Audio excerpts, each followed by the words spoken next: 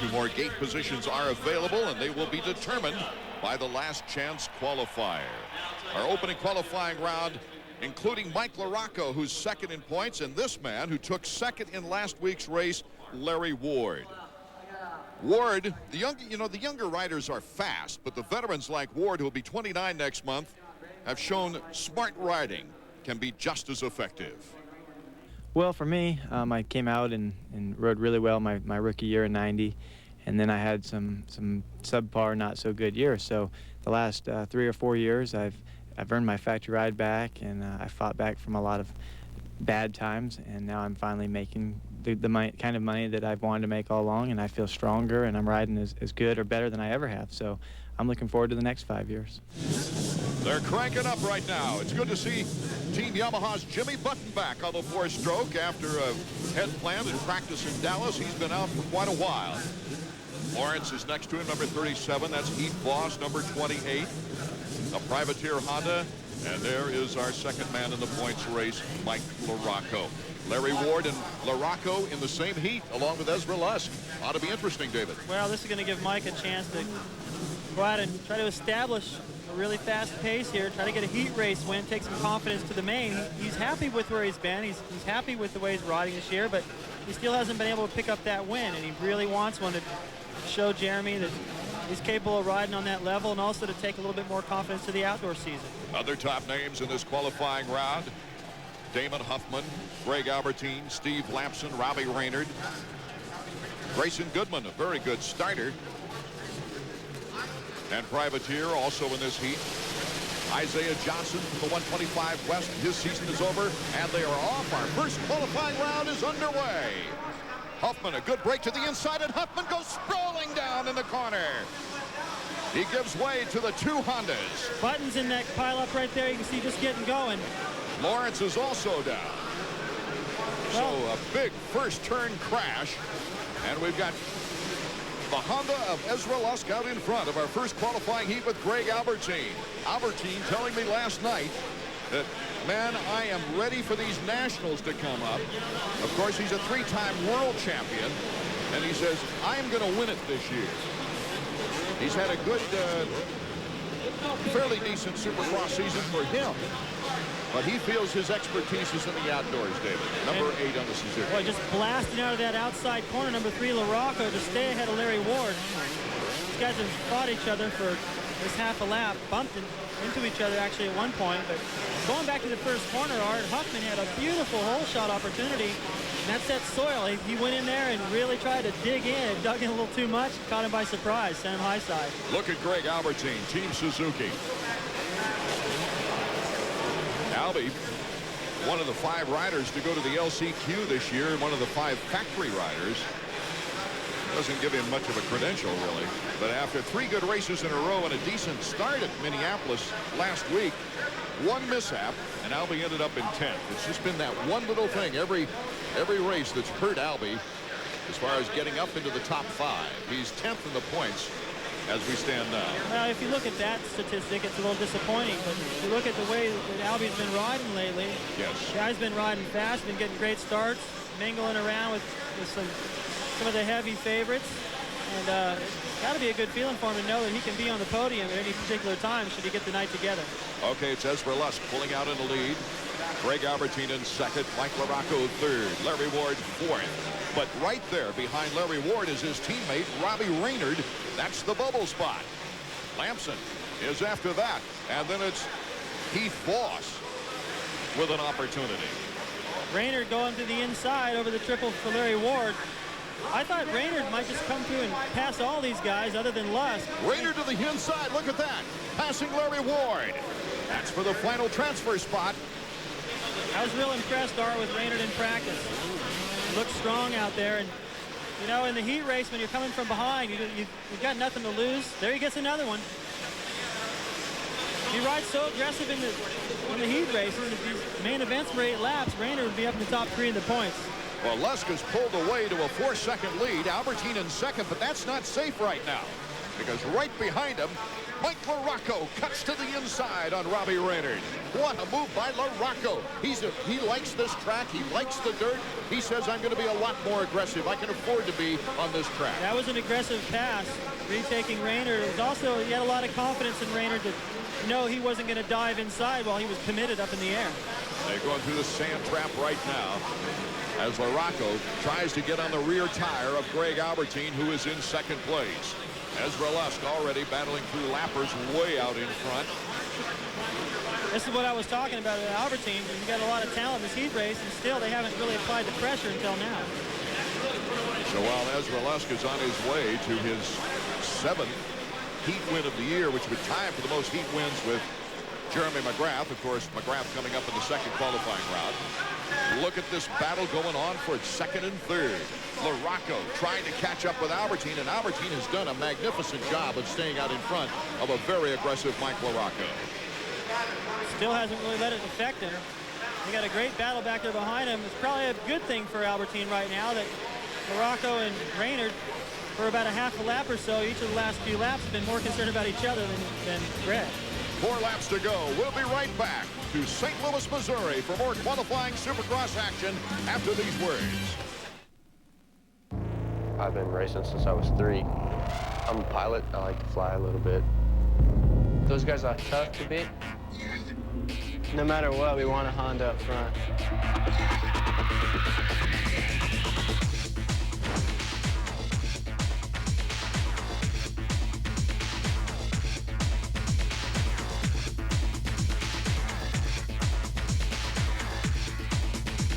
I guess you could say I was just a little bit hairier than the other kids. They said I was hairy like a bear, and then I was Yogi Bear, and now it's just Yogi. Je m'appelle Michael Pichon, j'ai 23 ans, j'habite en France. I just feel like I'm on the right team and on the right place. Try not to think about who's behind you. You know, you try to always race in front of you. You feel like you can be free. Everybody I know calls her the cow, even people I don't know. I threw a parade for the cow because it definitely needed something to honor this moment. 300,000! It's really saying something to think that we went through 15 New England winters. It's just an amazing vehicle. It's been a really good buddy. It's been a good friend. And heck, we just need another excuse for a party. Toyota trucks. How many miles can you put on? It possesses a passion inspired by the world's fastest Falcon.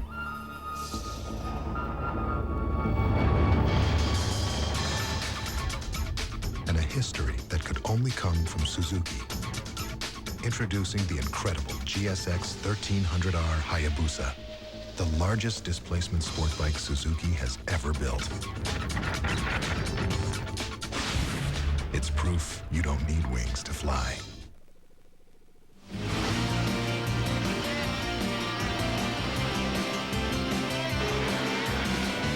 Supercross is brought to you by Suzuki. During Suzuki Fest 99, get $400 worth of free accessories and great financing on selected models. And by Honda Motorcycles and the 1999 Honda Race Team. Honda, ride red. The battle is on. Ezra Lusk has a big lead, but look at the battle for second place. Cutting to the inside, it's Mike LaRocco. Bar to bar with Greg Albertine. Robbie Raynard, he's in fourth. Larry Ward in fifth, trying to catch up to this triad pack. Well, all these guys, I mean, you got Team Suzuki in this heat race, unfortunately following a couple of Hondas. Here comes Raynard. Whoa, came up and knocked it on the door. If this stays like this, Larry Ward would have to go to the semi. What a disappointment for that after second last weekend. That's how tight it is. Slipping and sliding, controlling with power through that sand. Love the sand section. I went around and looked at different portions of the track. I was talking with some of the spectators here watching the early entry passes to see practice. Everyone's just going, man, how about that old school sand section? I love it.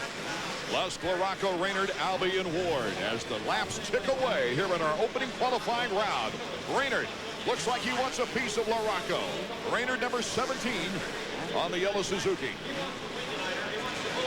Raynard just got a little extra horsepower, a little bit tighter inside line. A few little sneaky sections out there where he can make up time and keep the pressure on. 8 wins in Phoenix and Anaheim highlight a rather disappointing season for number 17.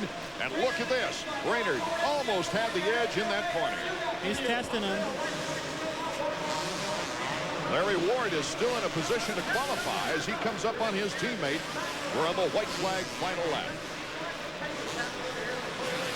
Mike LaRocco trying to fend off number 17, Robbie Raynard. Greg Albertine right now is in the final qualifying spot, but Larry Ward has picked it up a bit. LaRocco has really got to ride a perfect race from here out. You can't leave the door open anywhere. Here comes Raynard. Raynard's got a good advantage on this corner. Whoa, gassing it.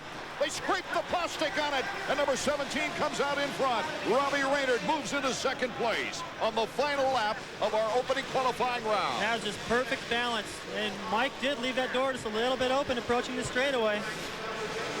The checkers for Ezra Lusk, who's done another great job in the qualifying round, and Robbie Raynard takes a second place in a great battle with Mike LaRocco.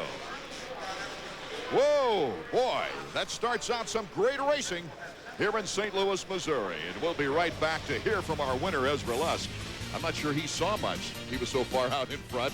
But we'll hear from him as Davey goes over to the winner's podium when we return to the Trans-World Dome in St. Louis.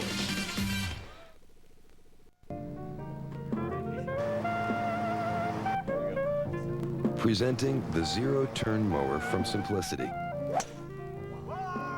With its unique lever control system and zero turning radius, the Simplicity ZT makes cutting grass fast and easy. If only cutting strokes was as simple. The Simplicity ZT. Whether a homeowner or commercial landscaper, for high quality and lasting performance, call Valley Turf Equipment. It's time for the Nichols Appliance Center Workout Club. Let's warm up with pushing a 250-pound Frigidaire refrigerator on our first delivery of the day. Then break for lunch. You got any salt in there? Next, use those legs to thrust the Frigidaire into the home. Then another quick break. Who had the cafe latte? Tune in next week for more tips brought to you by Frigidaire. My apartment has a TV. I watch RPM tonight for my knowledge. The more I watch, the bigger it gets. Someday, I will share my knowledge with the world. That will be a fun day.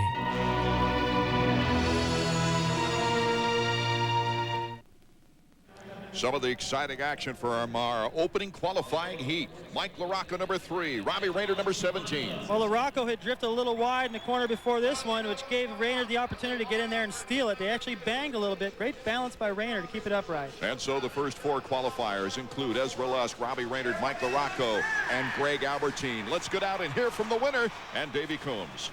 Well, Yogi, I got to tell you, you missed a great race behind you, but I think that's the way you want to do it. Get out front, check out, and just ride your own race. Yeah, Davey, my race from here on out is between me and Ezra Lusk and my motorcycle.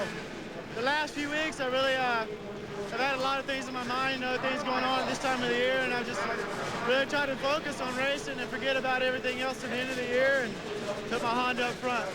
I know it's been feast or famine lately, actually a lot of famine. What do you got to do to get back on the winning track? Ezra Lusk has just got to go out and ride his own race. He feels like he can do whatever he wants to do out there. He just got to get a start and be focused. Ezra Lusk makes it to the main event with that win. Ward, Lamson, Huffman, Button, Voss, some of the names that have to go on to the semifinal round. As we take a look at the riders now, number 1, Jeremy McGrath, getting ready for our second qualifying heat. You know, Ricky Carmichael was trying to shadow Jeremy during practice today. McGrath kept pulling off. We asked Jeremy about his practice routine. Yeah, a lot of guys try and follow me. They jump in behind me and ride and practice. But for most of my years through my career, I usually like to ride by myself. I try not to let anyone follow me. I just pull over and then I'll just ride by myself. Because I know I can ride fast. I just don't want anyone riding behind me or around me. I just want to ride by myself.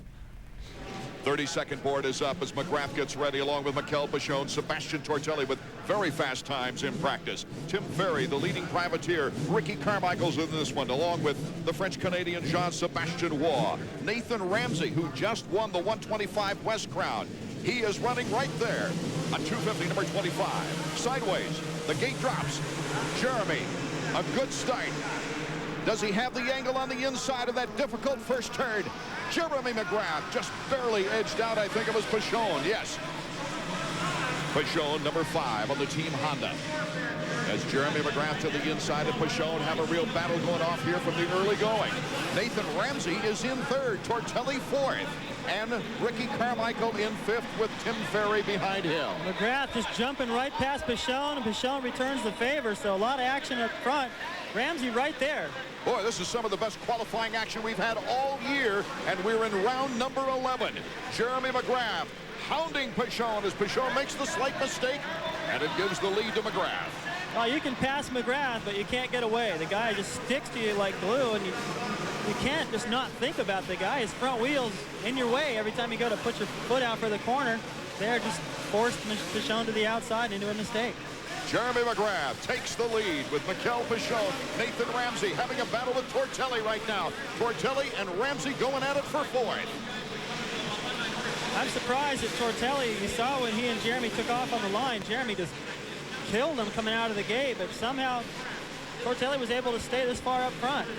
First turn really makes a difference how you get around there. Regardless of how you get there, if you get around there good, you can come out in good shape. That's what happened for Tortelli. McGrath takes a peek at the audience as we see Tortelli and Ramsey going at it. They're battling for 3rd right now, in 3rd and 4th position, and Tim Ferry's making a play on Ramsey. They bump. Ramsey goes down in the sand. Tim Ferry doing a little bump and run action that time, and he's got Ricky Carmichael right behind him. That's where you see that cushion barrier. They're lifting back up. That protects the riders from the mechanics. That's the first time I've seen it really do its job. Out front, McGrath. In 2nd, Pichon. In 3rd, Tortelli. Ferry now is in the final transfer spot in 4th. And Ricky Carmichael, though, it's not safe. He is back of him in 5th. Now, Carmichael looked like he had a chance at that hole shot as well. Jeremy tucked right underneath him, and now it's an entire straightaway from Carmichael up to McGrath. Here's number 5. Coming off the best ride in the last 3 races where he won the heat. Started in 8th and ended up in 4th. Lands on the podium every 3 or 4 races. I'm talking about Mikel Pichon, but he hasn't been able to consistently score outstanding performances. He really needs a good one here tonight as his teammate, Sebastian Tortelli, number 44, tries to catch up with him from 3rd. Well, Pichon last week got stuck in the starting gate, came from dead last up to 4th, so he knows he's got the speed. Also, last year he got the hole shot here and started to pull away before the pack, including Kevin Windham, who ended up winning the race, eventually caught him.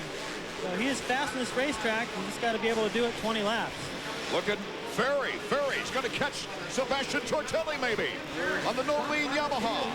Ferry has 6 top privateer Racer X awards, and he's the leading candidate for privateer of the year. Beautiful move. Yes. He set that up after the triple. Tortelli looked over at him, took his concentration away. Ferry rather just cut back underneath him and set up that pass beautiful. Can Ferry hold off Sebastian Tortelli? We'll be right back to see if he can do it with more action from the Transworld Dome in St. Louis.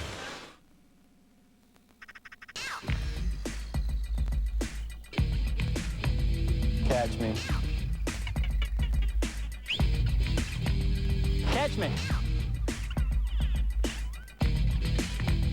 Catch me.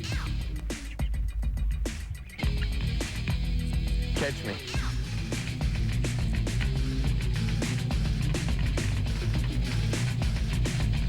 Catch me, only at DunlopTire.com. The rumble of a big V-twin makes your blood race. You grew up on the pegs of a dirt bike. You could smell a carb running winch from a mile away.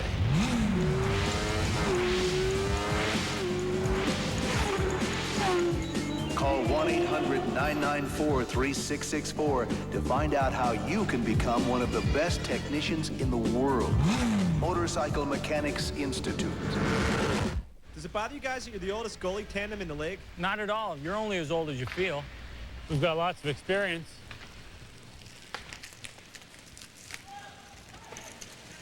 We'll be right back for you, Mr. Hextall. Yeah, I'm not going anywhere. The 99 NFL Draft live on ESPN and ESPN2. Join the ESPN NFL Draft team for all the picks, plus live reports from inside the war rooms. The 99 NFL Draft, the players, the teams, the future. Saturday, April 17th at noon on ESPN. For this week's Honda Flashback, we focus on the 1997 125 main event from St. Louis. Number 70, Ricky Carmichael on his Kawasaki got the whole shot and the first lap lead. Things were not going well for number 22, Tim Ferry, after going down to the first lap. Moving up was number 112, Honda of Troy's Stefan Roncada, passing number 50, Jeff Dement, for second place. RC would drive his front wheel into the turn and go down hard and find himself on his head. This would let Stefan catch up and battle for first with Carmichael until RC hits the ground for the second time. This would be Ferry's worst finish of the year, a fifth on way to the 97 East Supercross title. It was Stefan Roncada's first of 2 wins on his Honda that year. Back to the Transworld Dome, qualifying heat number 2, Art Ekman, David Bailey, and Davey Coombs. Right now, you're looking at number 20, the leading privateer, Tim Ferry, who just passed moments ago number 44, Sebastian Tortelli. They're both in qualifying position now, as Jeremy McGrath is leading the second heat with Mikel Pichon in third, Ferry in fourth, Tortelli in fifth. Ferry ride as hard as he can. Correction, Ferry in third, Tortelli in fourth, because Ricky Carmichael is the odd man out in fifth. Look at Tortelli. Well, he snuck in there. You saw the big wobble from Ferry going, whoa, where did he come from? Now Ferry's got Carmichael. There you see him ducking into the inside right behind him. So it looked like Ferry was on his way to the main event, but now he's really going to have to fight off Ricky Carmichael. It's not a sure thing when you got a guy with Ricky Carmichael. Never a sure thing with that kind of speed in the back of you, David. No. Both these guys from Florida, you know, but the more consistent of the two has obviously been Ferry. Ferry's only had to go to 1 LCQ as a privateer. And twice he's beaten out the factory-trained riders to go directly to the main event out of his qualifying round. Chad giving Carmichael the board, saying, you're tight. Now, Ricky probably already knows. He's probably going, I know, Chad, what I'm doing. But he's just reminding him, trying to snap him out of it. Probably, you see, when that used to happen to me, Art, I'd start throwing the bike around a little bit more off the jumps. Start feeling like I'm in control, feeling loose. Like when I ride practice, I start doing that in a race. Start riding a little bit different. And Ricky Carmichael probably doesn't want to get too overexcited right now, too, with his recent history. Now Ricky Carmichael looking to the inside. Ferry shuts the door. Well, yeah, exactly, Art. I mean, he's riding tight for a reason. You know, he's going, okay, we're getting deep into the race. This is where I usually fall. So he's hanging on a little tighter. Checking out on the white flag lap, number 1, Jeremy McGrath. He's moved out to about a 2.5 lead, maybe 2 seconds over Pichon, but Pichon has not let him go. He's kept it right there. And Tortelli has not let Pichon let go, but he hasn't been able to catch up. Gets that tough box out in the way, and Ferry alertly gets around it. I don't think Carmichael's gonna make a move yet. He's too far behind Tim Ferry right now. Yeah, but Ricky is the kind of rider, just like Jeremy, that can all of a sudden in a half a lap make up a heap of time. Here is our leader. Randy getting those lap riders out of the way, warning him. Ramsey's actually one of those riders, next to be lapped. The checkers for Jeremy. His 8th heat win in this round number 12.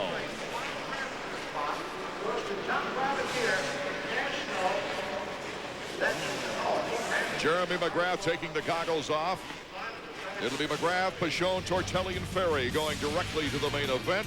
RC and Waugh will have to go on to the semifinal round. We'll be back as Davey gets the scoop when we return.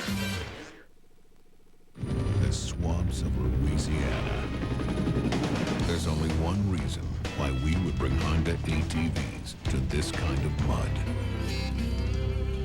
This kind of terrain. This kind of non-stop torture. To see if they could get out. They're America's most popular ATVs for America's least popular places. Honda ATVs, best on earth.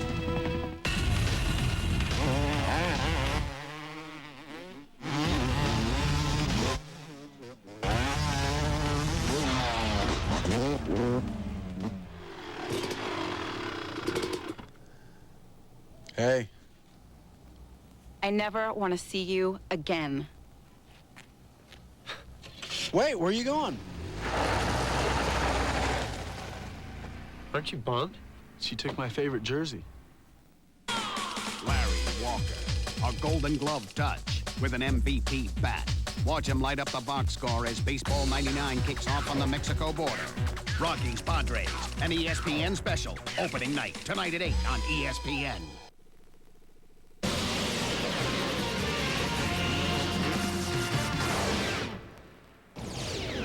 The most famous name in racing in the St. Louis area is actually that of Seabold. Bill Seabold, Tim Seabold's father, established as one of the most successful boat racers of all time. And Tim, you were able to cop the Prop Tour Formula One title last year. That is such an exciting form of racing that the fans can see on ESPN2. It really is, and you know, we had a great season last year. My brother's up there along with myself, and I was just happy to be part of it. Well, it's such an exciting form of racing because the boats are about 23 feet long. They look like hydroplanes with outboard motors going 120 miles an hour down a river in 3G turns into the turns. It's amazing. But you started really having a lot of fun with dirt bikes.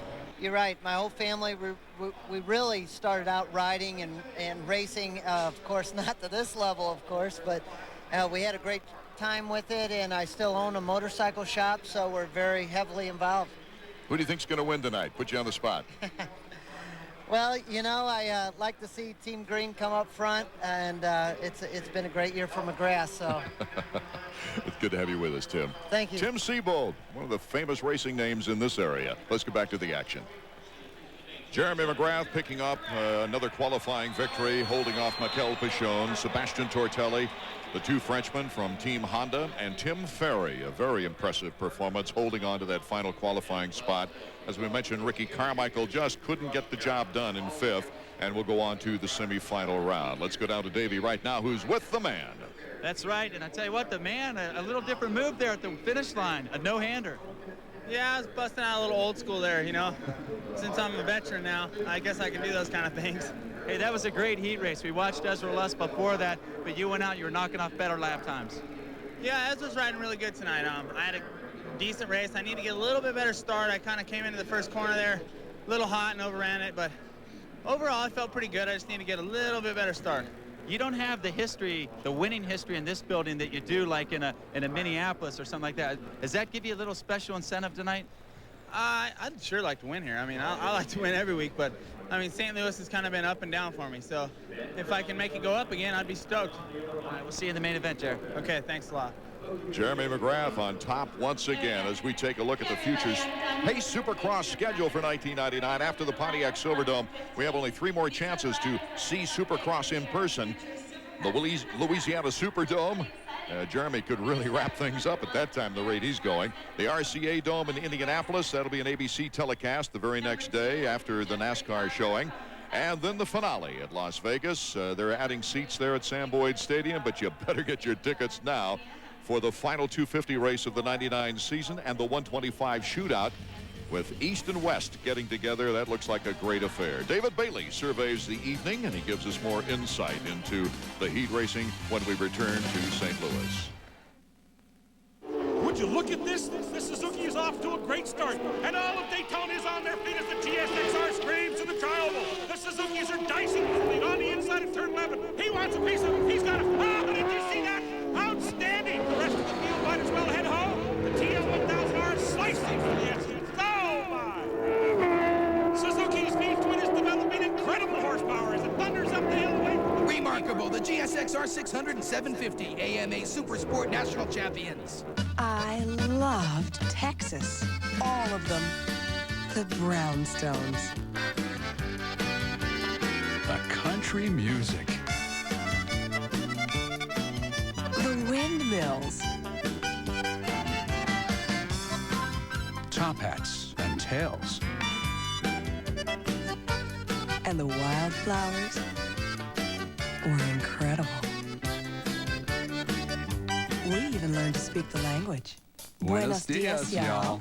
Even the vacations are bigger in Texas. Our Texas Travel Guide has 264 pages of helpful information, and it's free when you call 1-800-8888-TEX, extension 30, or visit us at TravelTex.com. You'll get the insider's view of Texas, what to see, what to do, where to stay. Free when you call 1-800-8888-TEX, extension 30. So give us a call, y'all. Texas, it's more than you think. It's like a whole other country. Pace Supercross. McGrath's looking to seal his 6th Supercross championship, but Lusk is looking for 25 grand. Toyota Trucks presents the Thor Parts Unlimited Pace Supercross. Watch round 15 from Indianapolis, Sunday, April 25th at 5 p.m. Eastern on ABC Sports. It's Jeremy and Ezra in the Battle of the Burn for 25 grand in the Vans Triple Crown, presented by Mountain Dew and G-Shock. Watch the winner take all, April 25th only at ABC Sports. In the first Supercross race held in St. Louis in 1996, number 2, Jeff Emig, got the whole shot and the early lead. But everyone in St. Louis wanted to know if Jeremy could keep his win streak alive. McGrath had won 13 straight main events, but would have to pass number 34, Ezra Lusk, for 4th. Then another big challenge. Number 8, Mike LaRocco. Jeremy would finally get by LaRocco for 2nd, but LaRocco would pass him right back again. Jeremy almost goes down in the turn. The race turned into a LaRocco-Emig battle for the lead then. LaRocco would pass Emig, but Jeff passes him right back. Only a mistake by LaRocco would let Jeremy pass for 2nd place. Jeremy pulled all the stops, catching up with Emig, but he couldn't pass him. Emig ended Jeremy's win streak, becoming the only rider that year to beat the champion. It didn't end in St. Louis. Jeremy winning the finale, ending the season 14 wins in 15 races. We're back at the Trans World Dome in St. Louis, Missouri. Art Ekman along with David Bailey just after the qualifying heats. And David, we saw what could be a terrific matchup in the main event as Ezra Lusk and Jeremy McGrath, who established and put fuel to the rivalry right here in this same building last year. We saw them just burst out and dominate their heat victories. Right. Well, they were, heads above the battle that went on behind them. Great racing behind both those guys, but it looks to me like Ezra and Jeremy are on their game tonight, and perhaps a score to settle after last year's last corner incident. Could it be interesting in the first turn? Well, the first corner, what we've seen so far is the guy that gets the whole shot getting to the corner doesn't necessarily come out first. So that's going to be a very interesting corner during the main event. I saw Jeremy's mother upstairs, and she was just rolling her eyes going, I don't know about that first turn. Where do you think Jeremy should start? So it's a concern. Robbie Raynard really made that first heat action interesting with a lot of bang-bang plays, especially with the battle with LaRocco. Well, I was really impressed with watching Raynard in practice. He had a few little tricks up his sleeve. He was going very fast, and he sometimes goes unnoticed. Sends Larry Ward and lamps into the semifinal round out of that. Right, he came from off the pace, he caught everybody, he passed them all other than the leader, but I was really impressed with his pace. If he can keep that up for the whole main event, he'll be on the podium for sure.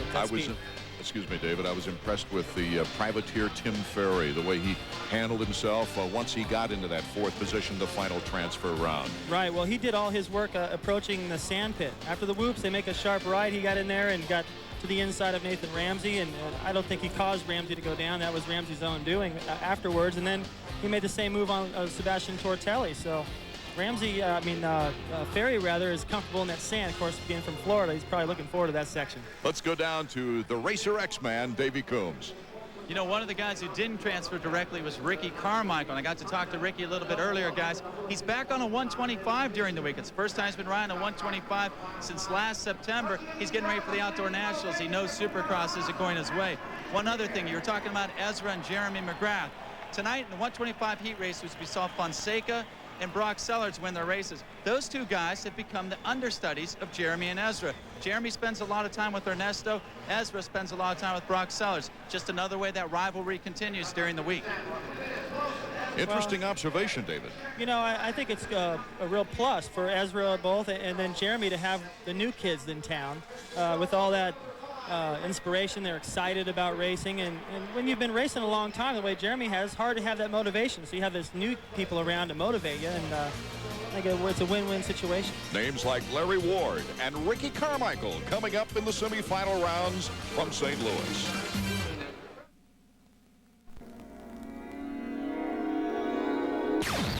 It's the most powerful custom on the planet.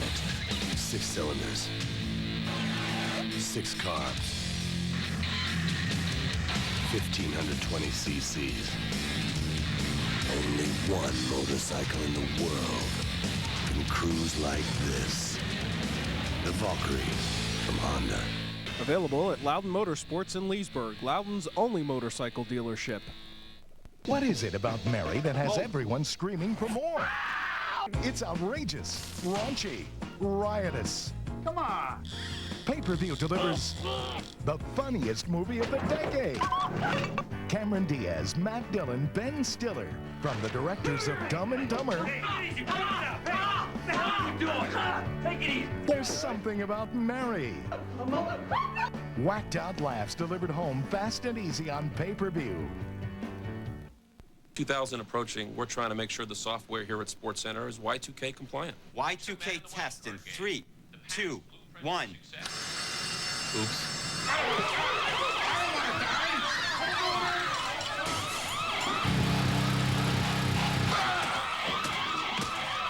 More from the NBA and an NFL trade right after this. We definitely have a few bugs to work out, but we'll be ready. Follow me.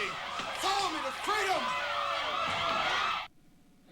Welcome back to the Transworld Dome in St. Louis, Missouri, as we're getting set now for the semifinal round, our first semifinal, where the top 5 out of each semifinal will get the transfer to the main event. As we take a look at the track map, once again, David Bailey, the designers have come up with something a little special.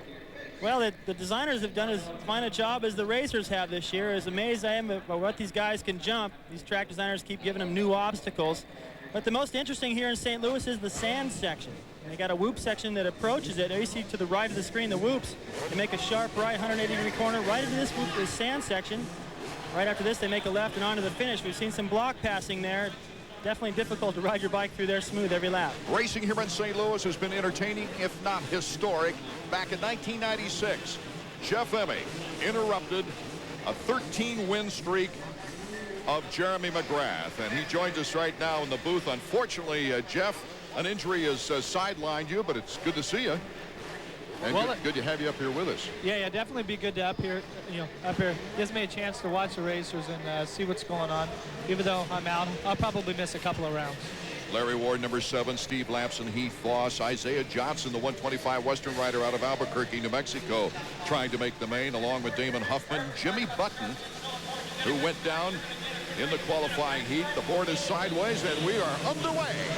Semifinal number 1, Huffman to the inside, Team Kawasaki.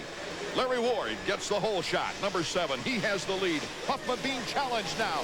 Loses second place to Steve Lamson. Jimmy Button cuts to the back tire of Lamson, and Huffman now moves into 3rd.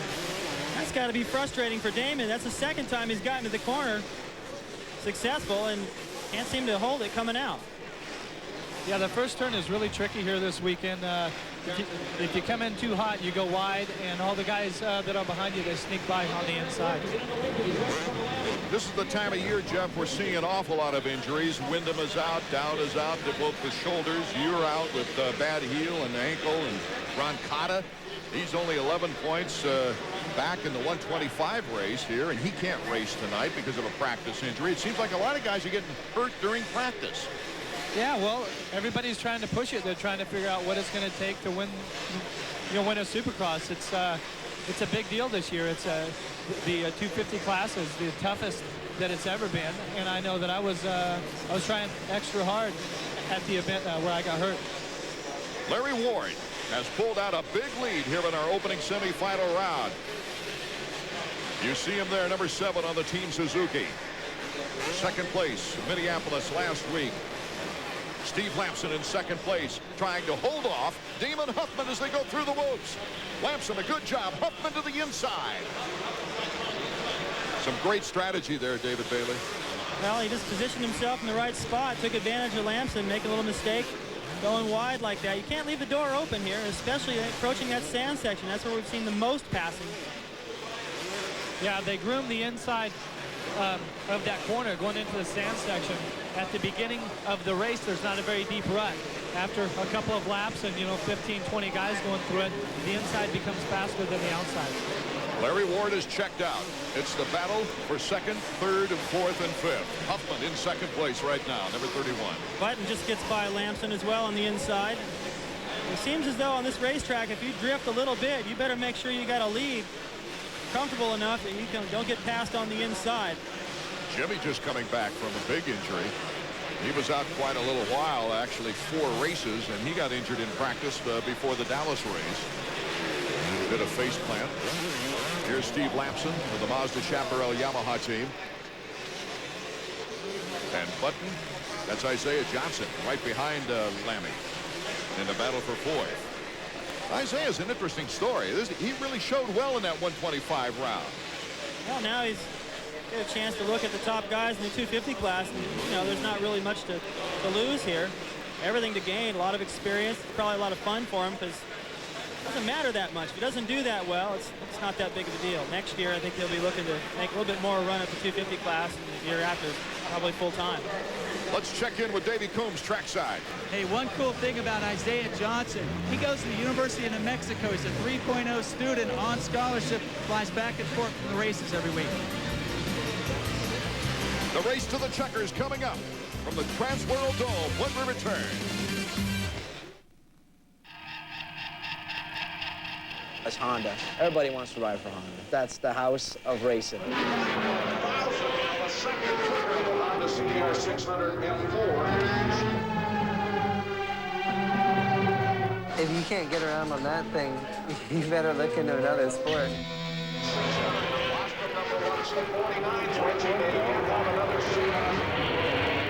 The new F4, I think, is awesome. It's stable, it's fast, and it's going to be ready to rock. It's dog eat dog, You go out there, and everyone has one idea, and that's that they're going to win. My dreams were to be with Honda. I had always ridden Honda, so that's where I wanted to be. I just want to go out there and win. Every time I go out there, I want to be as fast or the fastest guy. Jumps ahead of the Honda CBR 600 F4. I want to have people hate me because I won't stop. Would you like to win a trip to the Brickyard 400 and drive the race parade car home? Here's how. Just follow Steve Park and enter the ESPN Drive at Home Sweepstakes, presented by Pennzoil. Watch the Food City 500 on ESPN. Note the Pennzoil car's starting and finishing position. Then call 1-800-581-3600 or stop by a participating Pennzoil Lube Center and fill out an entry form. You could win a trip to the Brickyard 400 and take home the race parade car or other great prizes. Back to the action in St. Louis, Missouri. Our first semifinal qualifier with 2 laps to go. Larry Ward, number 7, Team Suzuki, way out in front. Damon Huffman is in second place with Jimmy Button in third, Steve Lamson in fourth. Isaiah Johnson now trying to hold off Heath Voss for the final transfer spot. Hey, Johnson's got some pretty fast company there. He's Voss, privateer rider this year, has shown a lot of speed. Lamson, of course, with 2 motocross championships. He's no slouch. Looking at Huffman now in second, a couple of seconds behind Larry Ward as they get the white flag. And looking at Larry Ward here in the semi, this guy got second last week. So it just it's a perfect example of what Jeff was talking about. The racing this year is so close. You can have a podium one week, the next week struggle to make the main event. Yeah, Larry Ward has averaged 2 podiums a year in his career. And he has 4 this year. Look at the battle going on. Isaiah Johnson and Heath Voss. Voss number 28, the privateer Honda. Now Voss had made a quick pass there, but Isaiah got him right back. This is a neat section too. They jump up on this camel and they have whoops that ride down the backside as they approach the triple. So you can get a little jump on somebody, get to the inside. The checkered flag waves for Larry Ward. Huffman taking second. Button third. Lammy fourth. Isaiah Johnson fifth, edging out Heath Voss. So another great battle as that's the 3rd outstanding race we've seen here in 3 races in St. Louis. We'll be right back as Davey Coombs makes his way to the victory podium to talk to Larry Ward when we return.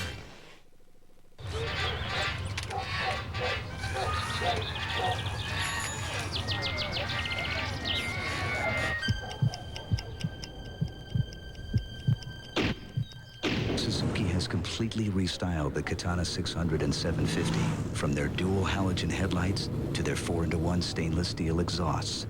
Same time tomorrow? Yeah. So now they're just as impressive on the outside as they've always been on the inside.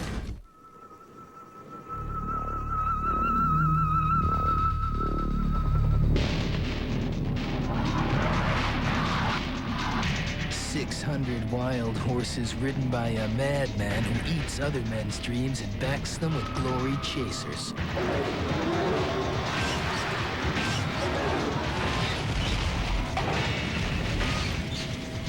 Ivan Ironman Stewart, 16-time winner of the Baja 500. Melton cut across top of the 18. The ball kind of ricocheted a little bit and came to me, so I chested it down, and then I hit a volley. And it was just a great feeling. I'm Clint Mathis. Have you seen me? See him Thursday, 10:30 p.m. on ESPN2.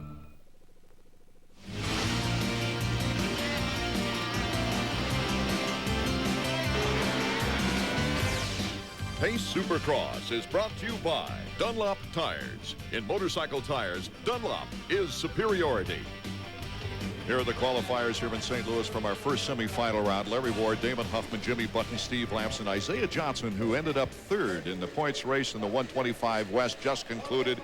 He makes it to the main event out of the semifinal round. Voss and Lawrence have to go now to the last chance qualifiers. We're getting set for our second semifinal. Let's go down to Davey.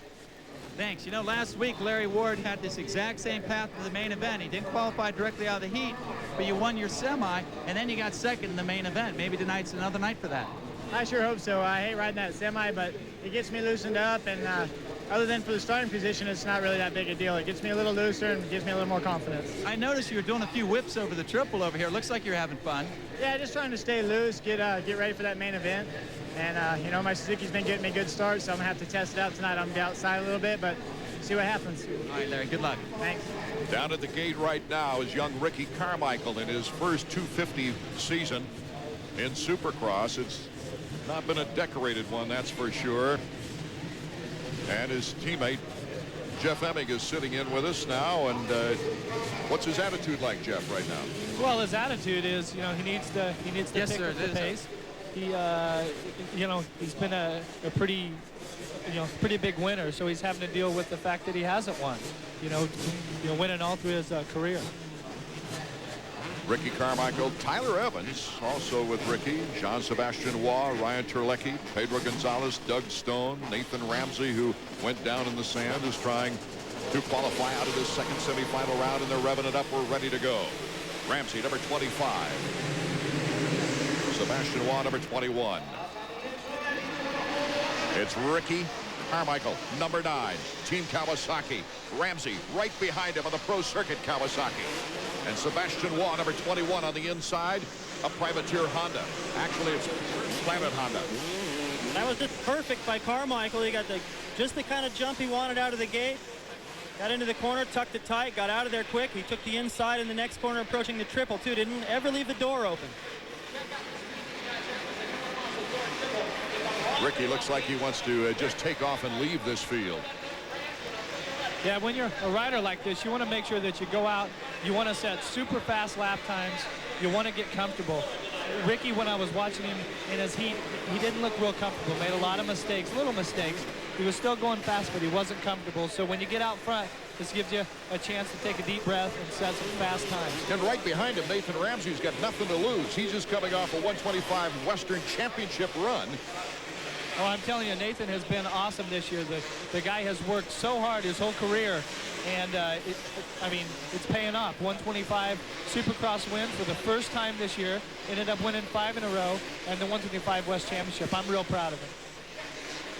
5 will make it to the main event out of this second semifinal as Ricky Carmichael does his thing. Nathan Ramsey in second place. Evans and Waugh going over our heads right there on that POV cam on the triple. And it's 53, Pedro Gonzalez in the 5th spot. Pedro coming back from injury on the Kawasaki from Mexico. I like this corner, Art. This is so wide. That's a corner like I think you would like too, Jeff. This is a big wide open corner where you can let it hang out a little bit. Yeah, you kind of flat track it through there. Now, he took that last section a little bit different. Everybody practiced it a different way. Once it came time for the race, they doubled through it. Went triple. So maybe because the inside is getting slipperier, you might see some guys riding the outside wall. Jeff, when we come back from our break, or commercial break, I want to ask you about the memory lane here in St. Louis. It was a terrific victory you had on Jeremy McGrath that year, and then you came back and won the championship the next year, and we want to talk about that when we return to the Trans World Dome in St. Louis, Missouri. I've been racing since I was 3. I'm a pilot. I like to fly a little bit. Those guys are tough to beat. No matter what, we want a Honda up front.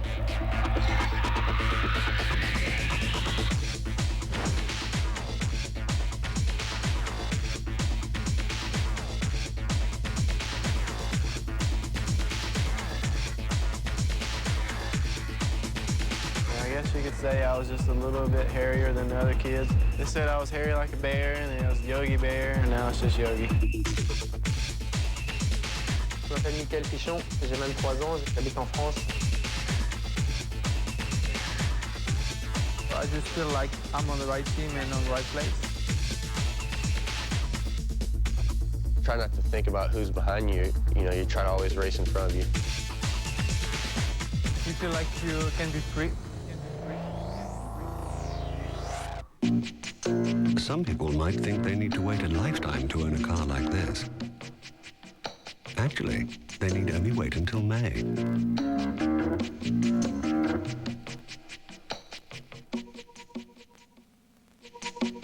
For those who can't wait until May to see the new Jaguar S-Type, we're offering a preview in a convenient location. Your living room. For your free brochure, call 1-877-49-S-Type. Pace Supercross. McGrath's looking to seal his 6th Supercross championship, but Lusk is looking for 25 grand. Toyota Trucks presents the Thor Parts Unlimited Pace Supercross. Watch round 15 from Indianapolis, Sunday, April 25th at 5 p.m. Eastern on ABC Sports. It's Jeremy and Ezra in the Battle of the Burn for 25 grand in the Vans Triple Crown. Presented by Mountain Dew and G-Shock. Watch the winner take all, April 25th only at ABC Sports. Welcome back to our second semifinal. Ricky Carmichael, number 9 on the team Kawasaki, is out in front. He's got Nathan Ramsey behind him in second place. And with us up on the broadcast booth, Jeff Emig. Jeff, what a great victory right here. You know, you're from Kansas City area originally, I think, and you had friends and family just stoking you on the way to victory. Yeah, when we came here for that race in '96, and McGrath had just been unbeatable up to that point. I could count, you know, on my hand probably 4 or 5 races that I'd given to him. And I know that in front of my friends and family, all of the riders that I grew up riding with, that I wasn't going to let him have another one. And I went out and whole-shotted, had a really good battle, LaRocco, McGrath, and myself. And I mean, I just, you know, gives me chills thinking about that sort of feeling. Our field summary: Carmichael, Ramsey, Evans, Waugh, and Pedro Gonzalez right now look like the top 5 as they're pulling away from everyone else. Well, then the next year, Jeremy McGrath got you back here in St. Louis, despite the fact that you won the title that year. Yeah, he barely got me back at this event. I crashed really hard in practice. It was debatable whether or not I'd even ride. I went out Saturday morning for the first practice. Leg was hurting really bad. And I really got it together, and I ended up with the 2nd place on the night, and that was some of the points that got me the '97 Supercross championship. Yeah, I think that you don't have to win all the races to dominate the series and win the championship. You know, every point counts. He went out there and rode smart. He didn't get the win. I've seen Jeremy do that quite a few times this year, where he may be a little frustrated wanting to win, maybe at Anaheim or whatever, and have to settle for a podium, but look where he is in the points. Yeah, definitely. Well, I've had some really good rides here and everything. Just pretty frustrating being hurt, not being able to race in front of the hometown crowd, but I'll give it a shot next year. Maybe I can come back again. Second semifinal, Ricky Carmichael on his way to making the main, whips it out on the triple on the far side before going into the timing whoop section in the sand. He'll take one left turn And this should be good. This kid can whip it flat, I'm telling you. The checkers for Carmichael. That's Ramsey in second. That's definitely what we like to see. I'm sure our team manager, Bruce Rundstrom, is smiling now. Evans in third, Waugh in fourth, and Pedro Gonzalez the final qualifying spot. Our thanks to Jeff Emme for joining us in a broadcast booth. We'll be right back and go down to hear Davey talking with Ricky Carmichael after these words.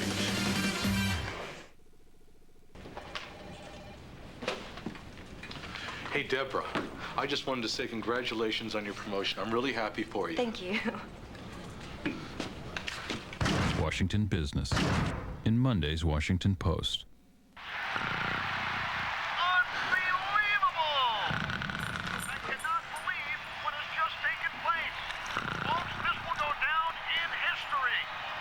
Sports in tomorrow's Washington Post.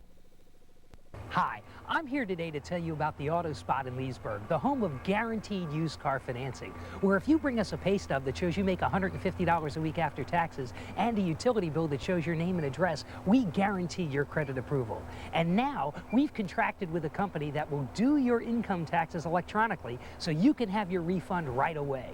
So if you need a car and you'd like to get your taxes back quick, come to the Auto Spot, located behind Jerry's Ford in Leesburg.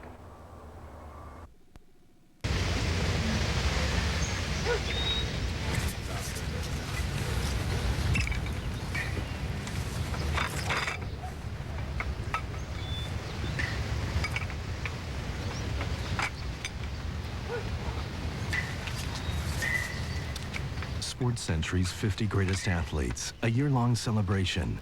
Number 41, Wilma Rudolph. Friday at 10:30 on ESPN. Presented by General Motors.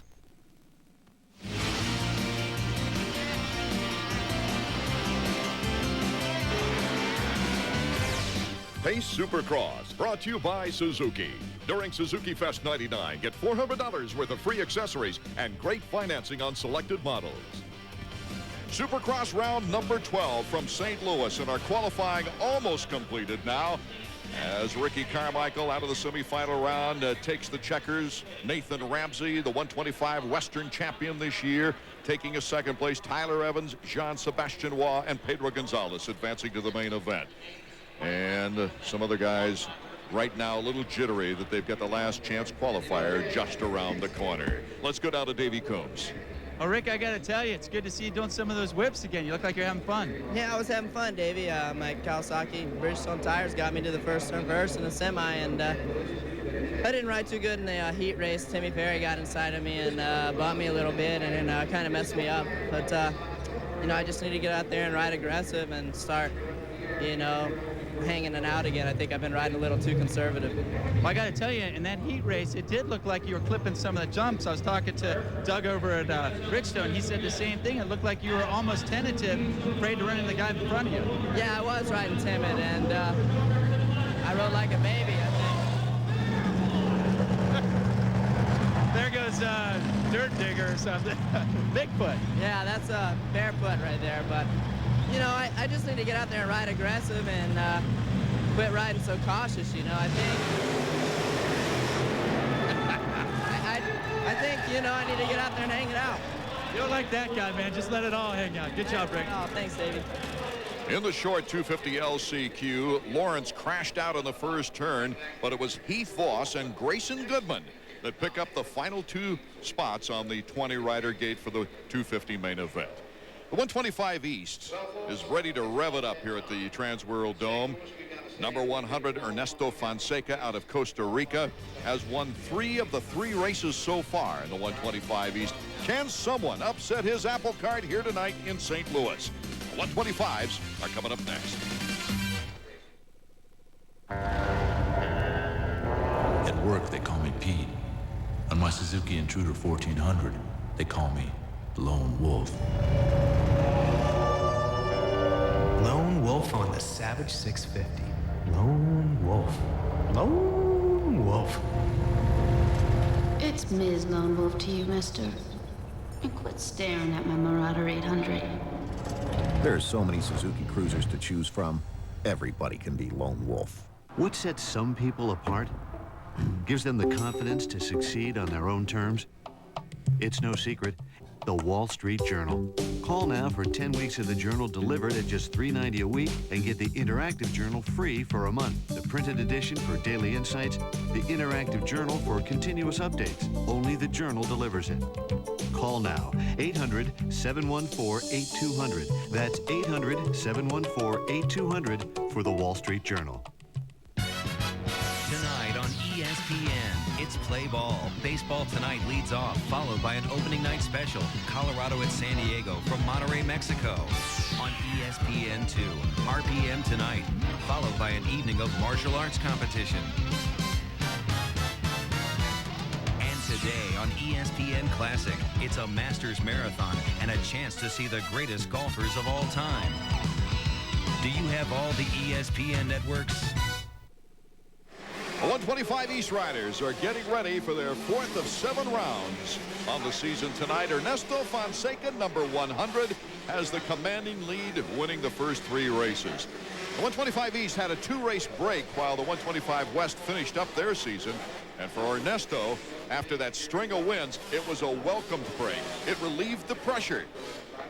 Well, it's definitely good. I think, 3 for 3, it's a perfect score, and it's just really good. And I think it's kind of good too to have a break in the middle.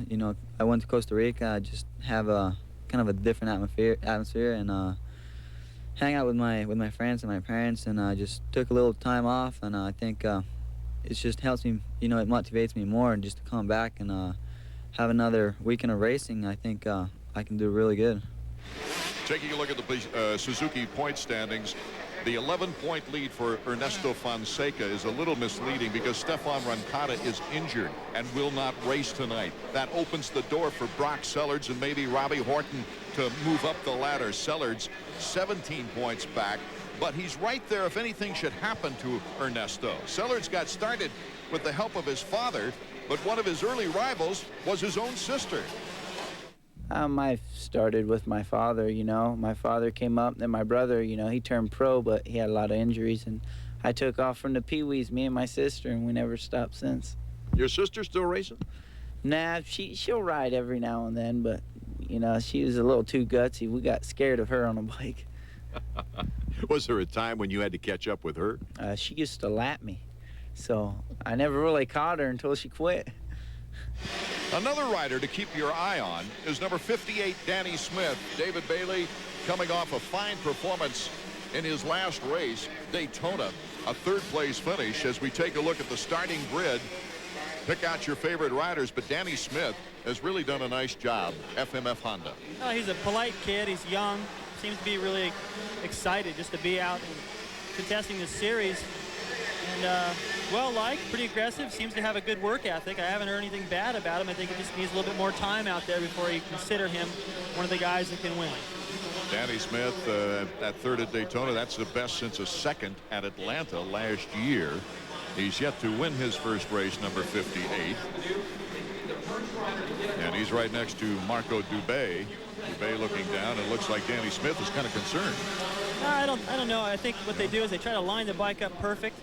They pack that dirt down, then they drop the gate so the riders can get out over there and do their parade lap. When they drop it, that bar sticks up about an inch, inch and a half. They pack that dirt perfect so they don't have to go up over that bar. And Danny is lined up, interesting enough, in the exact same place where I talked to Emick. I said, where would you line up for the main event? Because his first turn's tricky. He said, I would line up just to the inside of that doghouse, and he is. Fonseca's way farther to the inside.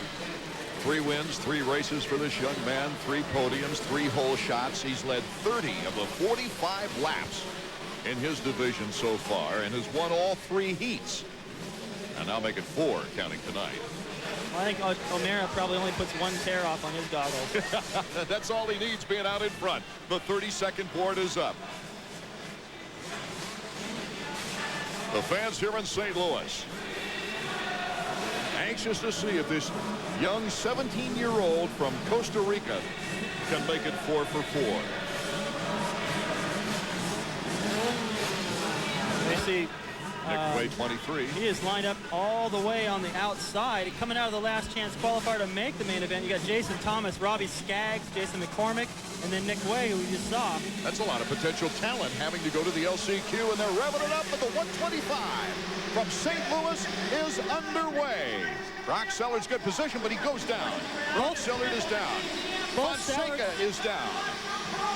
Fonseca up and running again.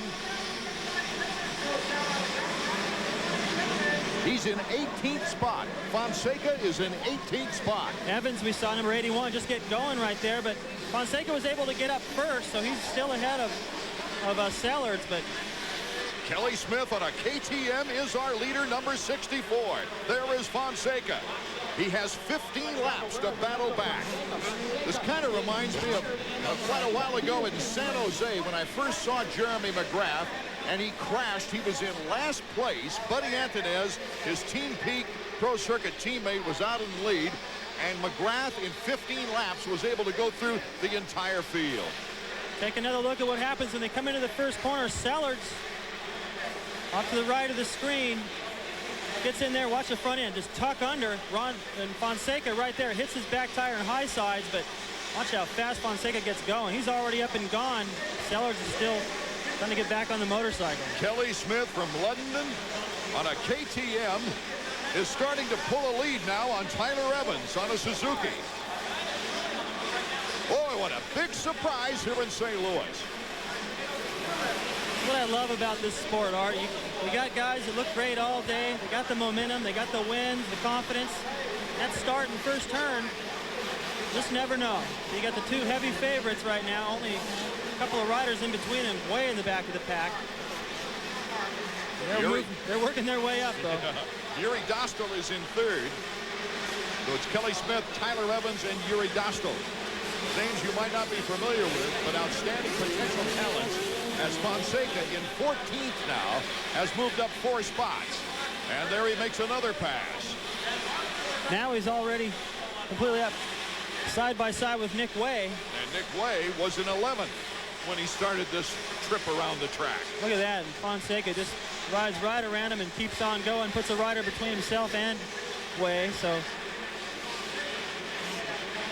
Way would have to look at this in the end if he can't hang with him and know that he had his opportunity should Fonseca catch up, finish on the podium. He's in 11th position right now and moving up. And this is our leader, Kelly Smith. Fonseca, can he come back? There's another rider he won't have to move up, so that should put him into 10th.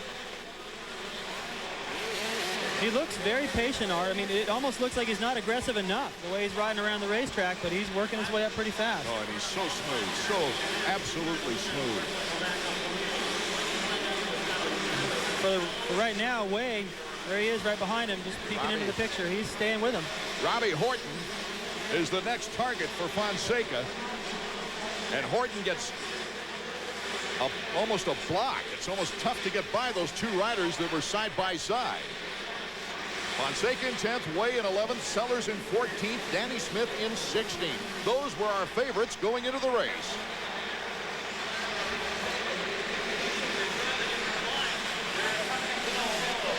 Tyler Evans, number 66, making the move now for the lead. Tyler Evans and Kelly Smith closing it up, and they are at least 5 seconds in front of the third place rider. Mike Weissner, the KTM mechanic, looking on.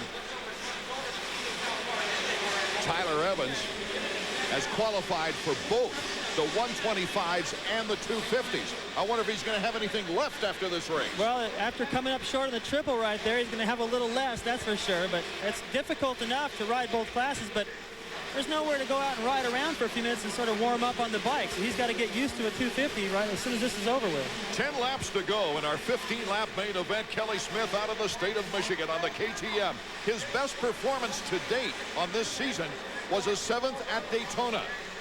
He placed as high as 3rd in a heat at Atlanta. But this is definitely the moment of his young career. What an opportunity for both these guys out battling right now. Evans right behind him with Fonseca and Sellards. Really looked like those guys were going to be the ones out front.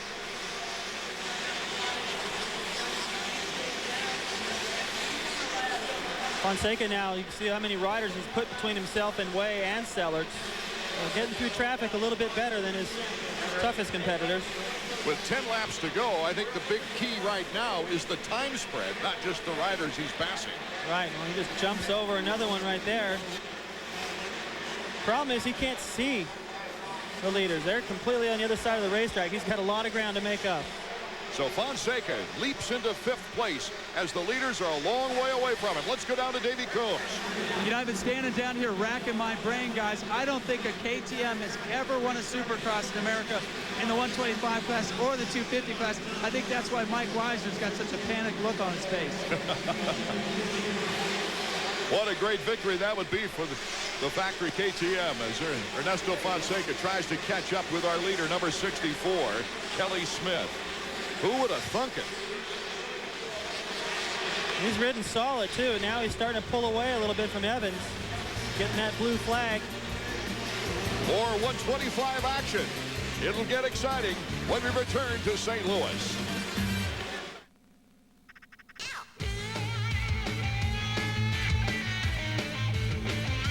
Catch me.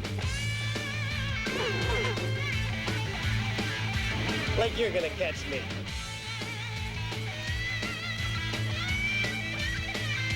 Catch me.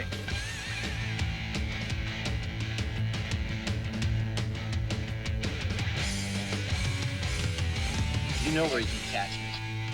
Only at DunlopTire.com.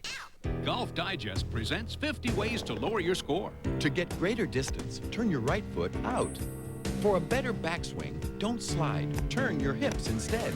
Now, lower your score, drive longer, hit straighter, and play your best golf ever with the 50 new stroke-saving tips in every Golf Digest. Call now for your risk-free trial issue. If you like it, get 11 more issues, 12 in all, for just $19.97. Plus, get this stroke-saving video free. Call 800-248-6800. A great tradition reborn on ESPN2. First, the undefeated heavyweight CC Salif in a 4-round bout. Then the main event. Vinny the Tasmanian Devil Pazienza takes on Joseph Chuanuka. Friday night fights, Friday at 9 on ESPN2. Welcome back to the Trans World Dome in St. Louis, Missouri. A big surprise. KTM's Kelly Smith, number 64, out in front. Kelly started the season going to the LCQ to get into the opener, where he placed 12th. And then at Atlanta in the second round, he made it out of the heat, but he started 12th and then finished up in 8th position. Looking at Fonseca right now, the podium is within his sight. He can see 3rd place. But Kelly Smith, Art, just gone, riding a fabulous race. Evans riding pretty strong behind him. They've battled with each other and really pushed the lead to a huge gap over 3rd. So at the halfway point, Fonseca has already come back to 5th, Nick Way in 8th, and Sellers in 9th. Kelly Smith actually got a 21st in Atlanta. My mistake. But a 7th in Daytona, his best of the year, and now he is leading in his 4th 125 event of 1999. Remember always, especially with the concentration, with lappers, with the track getting more rutted, conditioning starting to play a role. The last half of these main events is where Fonseca will really shine.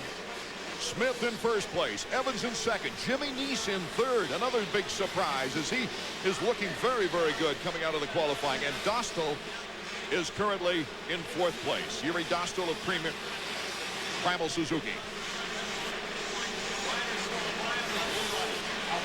Checking out the Honda stopwatch to get an idea of lap times and maybe some intervals if we can pick them up here. About 8 seconds between 1st and 2nd place here in the 125 main event from St. Louis. And Fonseca already going by, so it's amazing how much time he's been able to make up. He may get more than just 3rd place on that podium. Boy, Smith is riding smooth.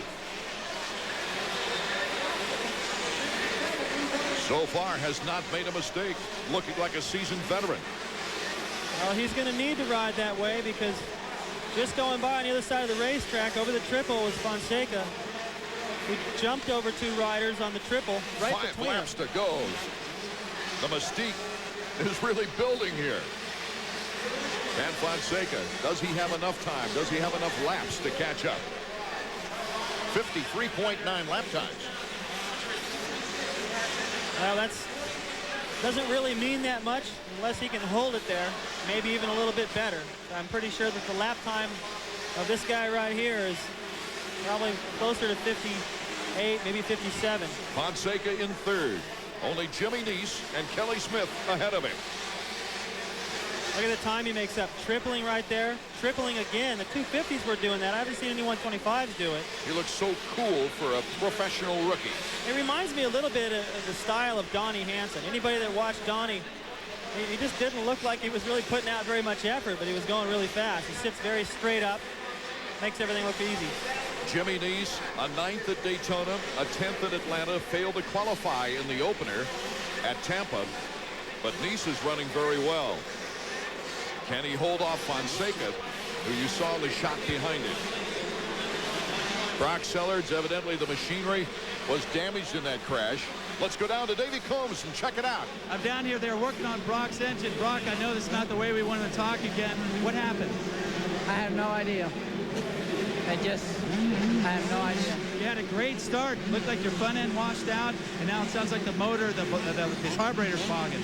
I let off in the first turn, and somebody hit me, and it made me gain speed to get my front end washed out. So I don't know. Hopefully it's probably something leading to the wreck I had. I'm sure I messed something up when I crashed. Tough break, Buck. Here's the battle for 2nd place. Ernesto Fonseca, number 100, after going down in 18th position, has battled all the way back in a sortie for 2nd place with number 69, Jimmy Neese, out of North Carolina. Here comes Ernesto. Look out, the Costa Rican makes easy move of it. Easy move. Here comes Jimmy Neese back to the inside, trying to recoup 2nd place. A good battle going on between these two. Well, this is a great battle, and it's all good news for these guys. Looking like they got a great shot at the podium, but the bad news is our leader can look in his rearview mirror and see Fonseca now. Unbelievable the amount of time that Ernesto has been able to make up. He is approaching the swoop section. The leader is just at the exit, so the gap is down to about 3 seconds. How can Kelly Smith now deal with the pressure of having a 3-time winner on his tail? 2 laps to go for number 100. Can he catch Kelly Smith? Well, you're just going to have to deal with that pressure. It's horrible. The only way I could ever deal with it when I had somebody really hot on my heels was to take it in smaller increments. Just think, if I hold this guy off for 1 more lap, maybe something will happen, he'll make a mistake, and I'll get that breathing room again. A far cry from Ernesto Fonseca's best race of the year, when he won the heat, got the whole shot, and led every lap at Atlanta. Daytona proved the strength and endurance of this young man. Now the crowd over there is on its feet. They realize how far he has come. Zipping the whoops. Ernesto Fonseca, 3 seconds behind according to his board. 1 lap to go. A white flag. Kelly Smith in the KTM. Ernesto Fonseca, Yamaha of Troy. The lap riders getting out of the way. Good sportsmanship to let these two battle it down to the wire. Well, this is what I wanted to see, Art. I wanted to see how Ernesto would respond to having to come from behind like this. Ernesto Fonseca getting in a position now to try to make a pass on Kelly Smith. Kelly Smith doesn't want to blow it either. This is his finest finish, and they collide. Kelly Smith goes down. Ernesto Fonseca takes over first, and a bad break for Kelly Smith. Well, Ernesto was going for it there, tried to triple that. That's what he's been doing, but he just ran out of room. They clipped handlebars, and that sent Kelly to the ground. I know Ernesto, he's got to be sorry. He didn't mean for that to happen, but he was being aggressive, trying to win the race. It obviously wasn't a move that he tried to put him down, that's for sure, as Ernesto slowly moving toward the finish line. It wouldn't be surprised as he takes a checkered flag, Art, to see him ride over and see how he's doing. Ernesto Fonseca looking that direction as Jimmy Neese comes across in second, his finest finish, and Yuri Dostal will make the podium. Now, what the a Primal shame. Suzuki. Yeah, he leads this thing all the way like that. Watch Ernesto. He's going to double right here and then triple. Right. See him come down right on the arm of Smith. Whoa, what a ride. Oh, slamming into the face of that jump. Yeah, at least he didn't get collected with the motorcycle. That could have been a little worse. He tried to jump right off, step over the handlebars, and what an amazing ride for Ernesto. I know he didn't mean for that to happen, but sometimes it does. That's racing. So Ernesto now is 4 out of 4 on the young 125 season, and there goes a very disappointed Kelly Smith. We'll be right back to St. Louis to hear from our winner and maybe even Kelly Smith if he'll stop by our microphones when we return to St. Louis. At a standstill, it might be compared to other sport bikes. At top end, it might be compared to other sport bikes. But at each and every mile per hour in between, comparisons become insignificant specks in the mirrors. The TL1000R, the only one of its kind on the track, from Suzuki. Beauty, adventure, drama. All these and more can be yours in the wonderful world of art. And with this free art test from Art Instruction Schools, you can find out if you have the interest and desire needed to become a serious art student. To get your free art test without cost or obligation, call this toll-free number. Don't delay. Call this toll-free number now. Call 1-800-344-8300. Can your radio do this? Only one radio can give you stereo sound this big, yet is small enough to fit almost anywhere. The extraordinary Wave Radio from Bose. Press the remote control and hear big, rich sound that fills the room. Sounds so rich, Popular Science called it a sonic marvel. You hear music the way it was meant to be heard. Clear, full, incredibly lifelike. You've got to hear the Wave Radio to believe it, and now you can, satisfaction guaranteed. Call toll-free to hear it in your home. Ask about our popular interest-free 6-month payment plan. Experience big stereo sound from a radio. Call today. It will make a difference in the way you listen to music. A big difference. All kinds of action here at our 125 main event. The winner, Ernesto Fonseca, 4 for 4. But let's go down to Davey Coombs right now. Guys, I'm down here at the winner's circle. This is not good. Kelly Smith is not taking this loss very well. Ernesto Fonseca rode over to congratulate him and at least check on him, see if he was okay, and see what happened with that accident. Kelly had nothing to do with it. He pushed him. The AMA official separated him. Now he's back, and that's Dean Baker, Corey Worth, Kenny German, some of the Honda Troy, or rather Yamaha Troy guys checking on him. Not a good thing. I'm down here with a bitterly disappointed Kelly Smith. Kelly, that was a wonderful ride for 14 and a half laps. What happened? Knocked out. Got knocked out. But I don't know. I don't know what to say. After the 125 main event, Ernesto Fonseca making it 4 for 4, but behind him, 2 riders who have their best performances of 1999, Jimmy Dees and Yuri Dostal. Let's go down to Davey Coombs. Well, Yuri, in all of the fireworks that just took place at the front of the pack, you very quietly sipped in there with your first Supercross podium. How's it feel? Feels awesome. You know, I can't explain it. I just been working so hard to get up on this podium, and I know I had a little bit of luck out there, but you know, that's racing, and I'm just stoked to be up here. Good couple weeks for the Primal Impulse Suzuki team. David Pingree won last week. What's this do for team morale? This is really good, you know, I mean, because our team's worked hard and we've had a little unfortunate circumstances in the past, and you know, it's good we get up here and show them, you know, Suzuki can run up there too. All right, congratulations, Yuri. Taking a look at the Suzuki point standings, though, Fonseca is a perfect 100 for 4 races. He's got the streak going, David Bailey. It's impossible for him to tie Ricky Carmichael's streak of 9 straight wins last year because he only has 8 races as far as a possibility. But coming back after going down, coming back from 18th place and in 15 laps, Picking up on a very quick Kelly Smith. That's just unbelievable. I mean, at about the 12 lap point or maybe the 10th, 11th lap, I'm thinking he might just make the podium. But just unbelievable. He was able to chop away that much time. And that was the thing that I really had yet to see out of Fonseca. He's been so brilliant out of the gate.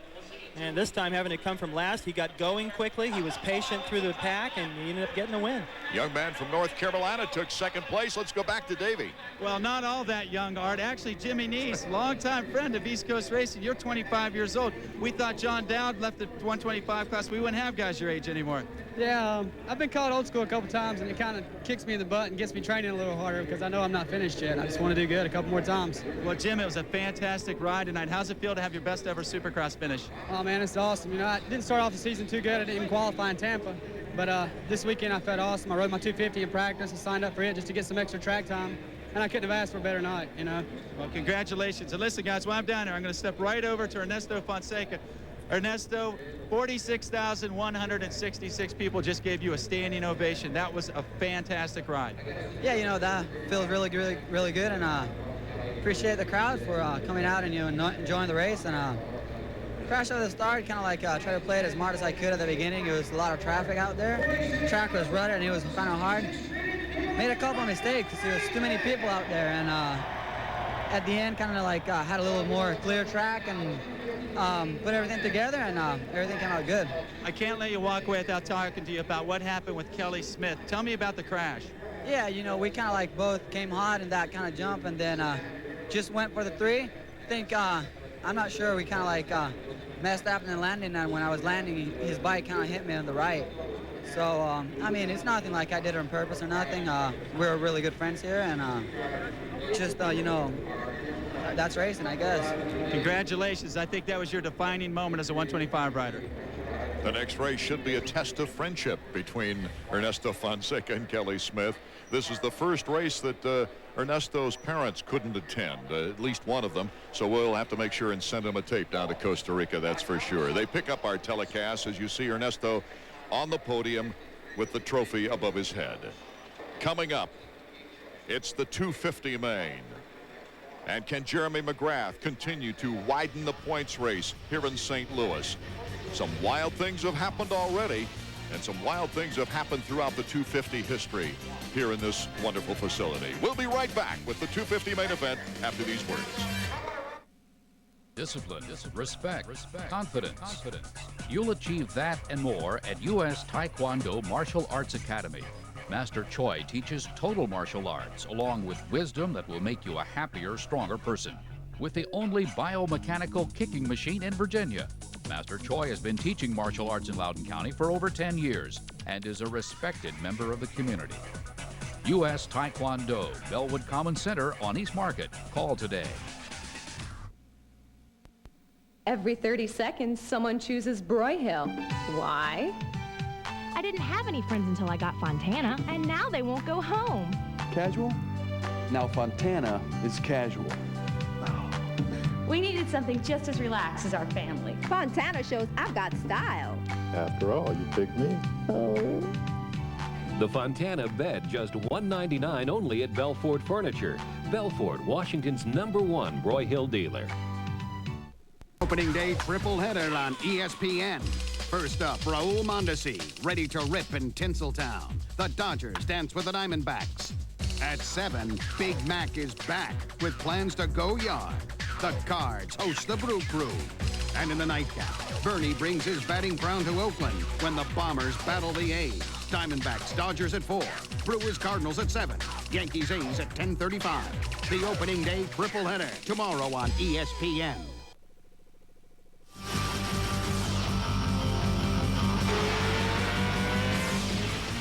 Face Supercross, brought to you by Toyota Trucks, with you for the long haul. The 250 riders here in St. Louis out surveying the track, and with the guy #1 on his back, Jeremy McGrath. He's been phenomenal this year. He's won 3 in a row coming into this stadium, and a win tonight ties last year's mark of 4 straight wins.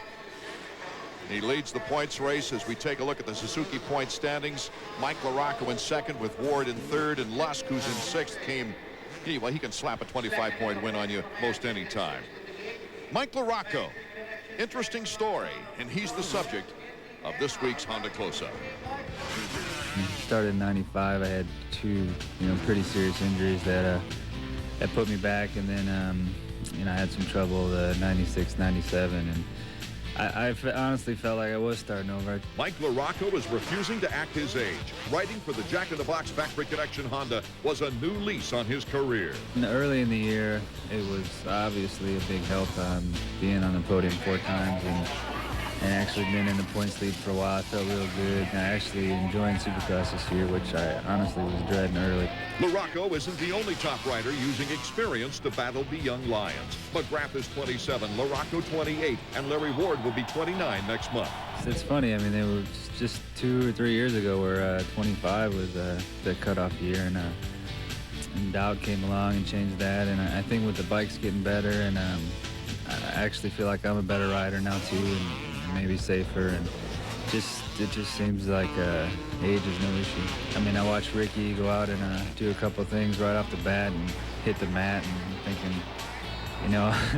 could have waited. It may not be an issue later in the race, and I think just playing it smart, and because there's some big jumps this year. Stuff that we're doing is, I would have never done years ago. Like you said, experience and knowing what to do and when to do it helps. Mike LaRocco of Factory Connection Honda is looking for at least his second time of becoming runner-up to the Supercross champion. This time around, he's enjoying it a lot more. That's this week's Honda Close-Up. Mike LaRocco. 6 podiums this year, David Bailey. Very consistent as he takes a turn around the track. Well, I'm going to sound like a broken record. I know he's happy to be up there on the podium, but he'd be a lot happier to pick up a win. Even if it's just one win, it does so much for your confidence. We've seen riders get that win and then go on a roll, and that's what Mike needs right now to try to close the gap on McGrath and take some confidence through the rest of the season, indoors and out. Larry Ward, as we mentioned, averaging 2 podiums a year. He's got 4 this year. His best podium year since 1995, when he finished second behind Jeremy McGrath in the point standings. He had 7 podiums at that time. And here is Jeremy, the man. And he's smiling under there, waving at some. I mean, the guy has so much fun. I watched him in practice this afternoon. He's just having fun out there, going as fast as anybody. Jeremy McGrath has mathematically eliminated all but 8 riders, other riders beside himself, of course, and 2 of those 8 riders are out for the season with injuries, and this is with still 5 races remaining on the season. As we take a look at the starting grid for the 250s, let's check in with Davey Coombs once more. You know what, these 20 guys down here on the starting gate, guys, there's already a bunch of energy, and maybe one of the reasons Jeremy McGrath was smiling, they were right in the middle of that Ernesto Fonseca, Kelly Smith ordeal we just saw in the 125 race, and I got to tell you, Jeremy spent half that race out there alongside the track waving Ernesto on. He's a good friend of Ernesto's, and that was pretty cool to watch. It's tremendous to have a mentor like that, is it not, David Bailey? Well, it is, and I bet you Jeremy was patting him on the back going, way to go. Be aggressive, come from behind. It probably reminds him of himself back when he rode the 125s, and you picked out the race. San Jose, when he crashed in the first turn, came from last, same deal. I think he sees that Ernesto's going to be tough in the future, and maybe it's a good thing Jeremy's about ready to be done racing. As we go down the line with our camera, right next to Jeremy McGrath is Mikel Pichon, and number 44 is Tortelli. Number 3 is Mike LaRocco, second in the points. Ezra Lusk also should be right in there fighting away. 32nd board is up. Who will get the whole shot? This very difficult first turn was a defining factor of drama in the 125 main event. Will it do the same for the 250s here in the Trans World Dome in St. Louis? The fans have been treated to some great racing already tonight as we get set for our 250 main event. 32nd board still up. It has not gone sideways. It's get nervous time. This race has the potential, the first corner rather, has the potential to make something interesting happen, and we could see a new winner. All right, it's sideways, and we're off and running in St. Louis. McGrath to the inside. Make sure he doesn't overshoots it this time. But cutting in front of him is Mike LaRocco, along with Robbie Raynard. It is LaRocco in the lead. My goodness gracious, a guy who for years has had trouble with good starts in Supercross, has had better starts this year, and he's out in front with his greatest start of his Supercross career. This is fantastic. This is what he wanted. Talked to his team owner this afternoon. He said if he could just get out there, get a great start, he has the confidence that he can run with McGrath. Look who's right there with him, though. Jeremy McGrath to the inside. He closes the corner on him, rubbing the plastic. Look at the confidence right there. That's a perfect example. Mike just hammers that whoop section, goes all the way to the outside, leaves the door wide open, knowing that he can still hold on to that lead coming out. Here in the early going, it's LaRocco, McGrath, Pichon, Ward, and Raynard. But out in front, number 3, second in points. He's been so hungry for a victory this year. Pretty good showing for Suzuki so far. They got all their guys right up there in contention. Larry Ward in a battle with Pichon for third. It's Ward, number 7, taking third, but Pichon comes right back on him, squeezes him into the corner. Raynard is behind him. Excuse me, Art. Back behind this in 7th place, just moving into that spot ahead of Albertine is Ezra Lusk. Lusk would be behind Huffman, who is currently in 6th. Here's the battle for the lead as they go through the sand trap. Can LaRocco hold off the greatest rider of the game? Wouldn't be surprised. Uh-oh, Larry Ward's gone down. It's at the exit of the sand section. Oh, you just hate to go down early in the race. Everybody goes by to the rear of the field now. He's in 16th.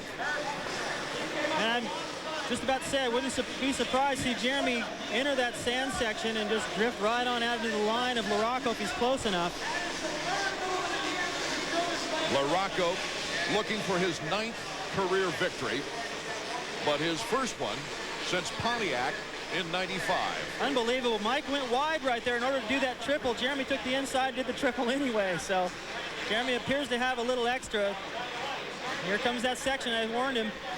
2 independent teams battling it out for first and second place. Mike LaRocco's Factory Connection Honda, Jack in the Box sponsorship, and the sponsorship from Mazda for the Chaparral Yamaha of Jeremy McGrath. Did you ever believe we'd see 2 independent teams, 1 and 2 in a point season in Supercross? Never thought that would happen, but it's nice to see that there's a lot more rides available. Watch Mike go wide right here. He's going to double right here, then triple. Jeremy does the same thing from the inside. Pichon in 3rd with Robbie Raynard in 4th. As we take a look at the battle up front. Jeremy being very patient. Yeah, he is. This is where it worries me every time Mike goes wide right here. I think Jeremy might be just bluffing him right there. He might be setting him up. So one of these times he'll be just close enough. He's going to poke his nose right out there into that, right into Mike's line, make that pass. Larry Ward running in 15th. He was hoping to make a run at LaRocco for second place in the point standings, currently in 3rd. LaRocco takes the inside this time, and LaRocco goes to the outside slingshot. Pichon picking up now on McGrath in 3rd. Well, that'll be good for Mike, because if Jeremy's got somebody to worry about, that'll help things for Mike a little bit. He'll get possibly another few bike links. He can afford to keep going wide. Mike LaRocco landing in the podium last week for the 6th time.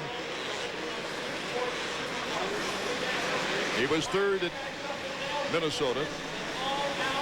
He's been 2nd the points most of the year. Took the points lead away from McGrath. And for the first time in McGrath's history, he lost a points lead after leading. You know, Art, I think there's only a few guys out there in the field that aren't intimidated by Jeremy, and that's Mike LaRocco, Ezra Lusk, and Ricky Carmichael. These guys don't seem that affected by the pressure of Jeremy. Pichon is only 2 seconds in back of the leader in 3rd. And Raynard is right on his tail. We've got 4 riders who could potentially win this race. Mike LaRocco, Jeremy McGrath, Mikel Pichon, and Robbie Raynard right now as they pull away from Huffman. This is where Raynard, watch how fast LaRocco goes to the whoop section. He's so much faster through there than Jeremy because he does go to the outside. He can afford to go a little wider there. And I was about to say, Art, that for Raynard, who usually gets a little bit nervous out front, this is perfect. You can keep the race right in his sight, stay in contact, and take advantage of any mistakes by these guys. Setting it up for a great finish. As we take a look at the battle for 3rd, there's Raynard and back up Pichon. And you can watch everything that's going on. You get a great seat. You don't have anybody pressuring you. Jeremy McGrath to the inside. Does he have enough torque? He takes over the lead. Jeremy McGrath back in the lead. Here comes LaRocco going wide. LaRocco now in second place. I didn't expect Jeremy to make the move there, but it sure was a great one as now Reynard is pressuring Pichon. Well, Jeremy just kept doing the same thing, taking the inside, and LaRocco just waiting. He's so patient. He knows how long these races are, and eventually he was going to be close enough to Mike where Mike might make a mistake and give him the edge. So Mike LaRocco now just hoping to hold on to a podium spot or try to come back on Jeremy McGrath. Well, Mike has been giving McGrath fits here in the past. He was instrumental in the win that Emig had here to interrupt Jeremy's streak. Plus, he's been on the podium twice in the 3 races prior here in St. Louis. He's always fast at the end of the race. Look at Reynard. Reynard moves in front of Pichon, number 5. Robbie Reynard in third. That's what I was talking about. You can be right there and watch what everyone does. He learned from what McGrath did to LaRocco, did the same exact thing to Mikkel. His best performance was a 4th place at Phoenix. He was hoping to get back to this level tonight. Well, LaRocco, just ahead of these guys, is keeping McGrath honest. He's right on him. And remember, LaRocco is a fast finisher. He's not going to get tired. Jeremy can't bank on that. Yeah, you don't outcondition a Mike LaRocco. No, you can outride him by just not making any mistakes, hoping that he makes a few and gives you a little bit of space. Chances are when they approach the lappers at the later stage of this race, that gap, if there is any, will tighten back up. There's the interval between 1st and 2nd place. LaRocco has not let McGrath get away. So it's McGrath, LaRocco, Reynard, Pichon, Huffman, and then Ezra Lusk and Ricky Carmichael now starting to make a presence moving up the ladder. We'll be right back with more 250 action from St. Louis as Jeremy McGrath has reestablished himself as the leader in the race.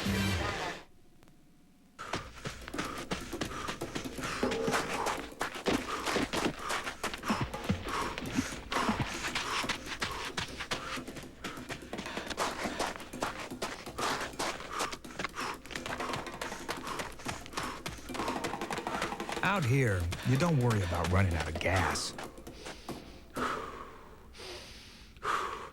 You worry about running out of dirt. Discover the amazing hitting secrets of America's finest baseball school in Teaching the Mechanics of the Major League Swing 2. Tommy Mansky's powerful teaching video that features the same revolutionary techniques that have produced baseball world's back-to-back-to-back AAU national championship teams. Parents, players, and coaches have been simply amazed at their students' rapid week-by-week improvement. These award-winning techniques benefit players of all ages and ability levels and make a valuable addition to any coach's library and a great gift. At just $29.95, call now. My girlfriend made me go to Cancun. I could not watch NHL tonight. When I got back, my knowledge was smaller. I hate Cancun.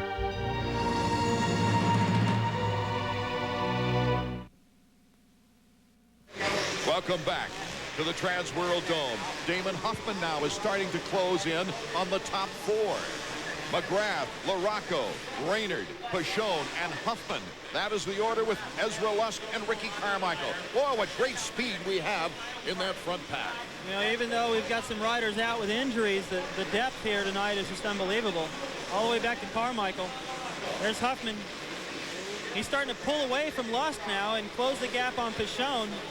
The longer Huffman rides the racetrack, the more comfortable he gets. Breathe and have some fun. The instructions to the Suzuki. That's great advice. Tony Berluti sticking that out there. Huffman, he's been encouraging the last couple of races. A 4th in Houston, a 5th last week in Minnesota. And he won his 2nd semifinal last week. So he's gradually getting stronger as we take a look at our leader, Jeremy McGrath. Jeremy, a 2.5 lead on Mike LaRocco. And there's Raynard making a slight mistake. Let's go down to Davey Coombs, who's with Tony Berluti. Well, you know what? We caught Tony right when he was writing something down. Hey, Tony, I got it. Oh, go ahead and do that. Listen, Robbie has been having trouble with our pump. Do you think he's got it licked tonight? Oh, Davey, I'm not going to go there, but all I know is I just hope for the best. You know, we're about 12 laps in. He needs to give me strong 8 laps, and I think podium could be right there. What a confidence boost that would be for Team Suzuki's number 17, Robbie Raynard. As we take a look at our field summary now, McGrath, LaRocco, Raynard, Pichon, and Huffman. And they're pretty much in an equal freight train. Equal space between them. Tends to fluctuate a little bit each lap, depending on a mistake the riders might make or trying different lines. Now what happens is because of the nature of the soil here, that best line, everyone keeps using it, and the ruts get deeper. Then you've got to make the adjustment. That's where Jeremy is so skilled. And LaRocco, I don't think it really matters. He's so fast, he's so strong. He rides wherever he wants to ride on the racetrack and just makes that bike just muscle through it. Randy Lawrence tried to keep Jeremy focused. Randy Lawrence, a great mechanic. He understands the competitive mind. He's a great competitor himself. Well, what works well over at Chaparral is you've got Larry Brooks there, who used to race. He still can ride well. And you've got Randy Lawrence, who's just about as good as Jeremy at everything that they do. Very talented. And those guys are all friends. They all understand what's going on out there. So it's very easy for them to come up with the package they need so Jeremy can be comfortable. Jeremy now starting to edge away from Mike LaRocco's, and Damon Huffman has just blown by Robbie Raynard. Huffman in third. Now Raynard appears to be done. He just backed way off. He made a couple of big mistakes. Now he went by his mechanic Berluti. Correction, he's in fourth. As we do our Honda stopwatch now with Jeremy McGrath, Mike LaRocco, Mikel Pichon. Here's Damon Huffman, number 31. One of his better races of the year. Robbie Raynard, and then Ezra Lusk. Yeah, he looks like Lusk is going to be moving up a spot. Carmichael going by 16 seconds down on Jeremy. And then Jimmy Button and Greg Albertine. Larry Ward is already back up to behind Albertine. So Larry's been blitzing after going down. Tim Ferry just coasting along like he has some kind of mechanical trouble with his no-lean Yamaha, the top privateer. Jeremy's actually just did this last quarter of a lap a little ragged and has lost some time to LaRocco. Look at him. LaRocco is forcing Jeremy at this late point in the race to still ride flawless. Did I hear that was a 49-second lap? Yes. They've cranked it up here quite a bit. You can't give up with LaRocco on your tail. Mike saying, I'm having fun with Supercross for one of the first times in my career. It shows out there. And look at Huffman now, Art. He's really closed on Pichon. Huffman just went by Robbie Raynard like Raynard was standing still. And so did Lusk. Huffman took an 8th here last year in St. Louis. And that's been his only ride on a 250 here in the Trans World Dome. There's Ezra Lusk, number 4. Ezra just looking for some consistency, and as you heard him say, I'm just looking to ride the track. Now he's just trying to ride to the best of his ability and not worry about everybody else out there, which is a great strategy. You focus too much on McGrath and you end up getting yourself into trouble. 3 wins, 5 podiums, 1 whole shot. He's led 40 laps this year as we go back to the battle between Mikel Pichon and Damon Huffman. It is the battle for the final podium spot. Look at the ability of Huffman to stay on the racetrack, not lose much time after coming out of that rut sideways. Pichon's made the podium 3 other times. A 2nd place in Anaheim, a 2nd place in Phoenix, and then a 3rd place in Dallas. And for Huffman, it's been a continual battle from poor performances. And with Huffman's mechanic is Davey Combs. Hey, Paggio, Huffman's been riding better and better the last few weeks. What have you been telling him? I haven't really been telling him anything. He's been doing it on his own. Actually, we started outdoor tests, and it seems like ever since we've been doing that, he's been riding a lot more, and he's been trying a lot harder. He's more comfortable with the bike, and he's more comfortable with himself. So there's really nothing we can contribute it to except for him. He had a 4th place in Houston. That was his best performance of the year. Let's run down. It's McGrath, LaRocco, Pichon, Huffman, Lusk, Raynard, and Ricky Carmichael. Number 31 is Damon Huffman. Huffman, after winning the semifinal in Minnesota last week, started in 9th and moved up to 5th for a final 5th place finish. It looks to me like Pichon right here is just trying to do just enough to stay ahead of Damon. Doesn't look like he's got enough energy to go up and try to challenge LaRocco or try to pull away. Just try to hold him off.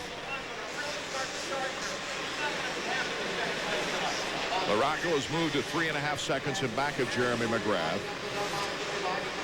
And it looks like it's the survival of the fittest between Pichon and Huffman now. Yeah, that's exactly what it is. Whoever's got the stamina to keep their focus, keep the momentum up, not make a major mistake, do all the biggest obstacles. Here's Mike LaRocco in 2nd place. 2 laps to go in our main event from St. Louis. You can see just up ahead of him there, Jeremy approaching that berm. Mike's got him in his sights. He's right there, but he's not quite close enough to force Jeremy into a mistake. He's picked it up to a 2-second break between 1st and 2nd place. LaRocco trying to inch up now before that final lap. The white flag will be out the next time around. That was beautiful. LaRocco got up over that camel hump and through the whoop section fast. He's fast through this one too.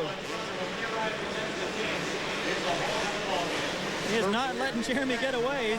You can see him. White flag for Jeremy McGrath. 1 more lap to go as he has Heath Voss right in front of him, preparing to lap him. Heath Voss will take a good line every now and then. He gets out of the way, though, and Jeremy rockers over the banana that you see LaRocco just bouncing off of. Now everybody in LaRocco's pit right now is just praying. Mike can pull something out of the bag. Jeremy can make a little mistake, make this thing close. Well, it would take a miracle right now, I believe. Jeremy doesn't make many mistakes, but it can happen. LaRocco slowing down. The flashbulbs popping as McGrath goes over the triple. Jeremy McGrath looking for his 6th win of the year, his 4th in a row. He had 4 in a row last year.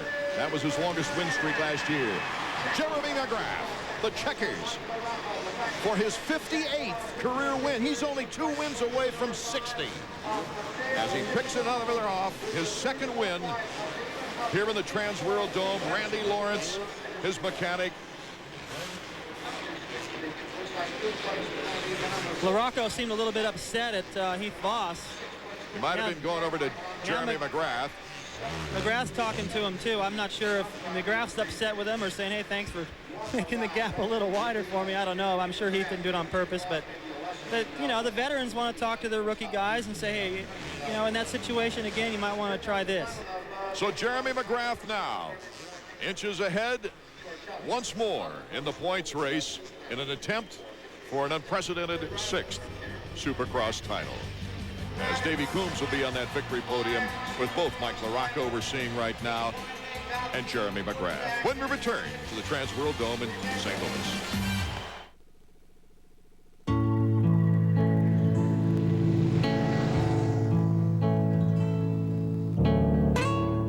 Never before has there been a cruiser as comfortable as the Suzuki Intruder 1500 LC. A bike so smooth, so impressive, you'll want the end of the ride to be just the beginning.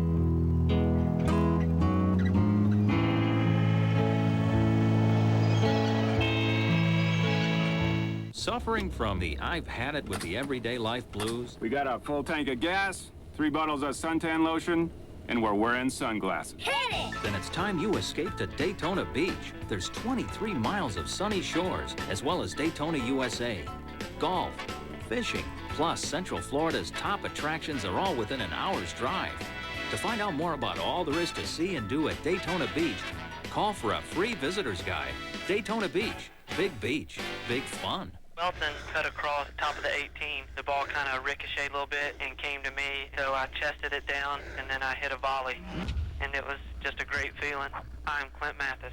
Have you seen me? See him Thursday, 10:30 p.m. on ESPN2.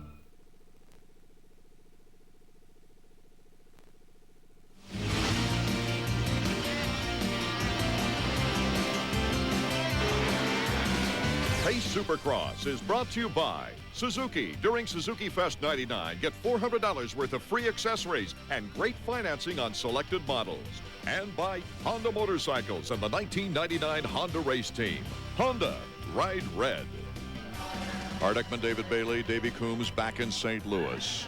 The Trans World Dome, where Jeremy McGrath has tied his longest win streak of last year with his 4th consecutive victory, his 2nd victory here in St. Louis. It's McGrath, LaRocco, Pashone, Huffman, Lusk, Ricky Carmichael, and Raynard in the top 10 results.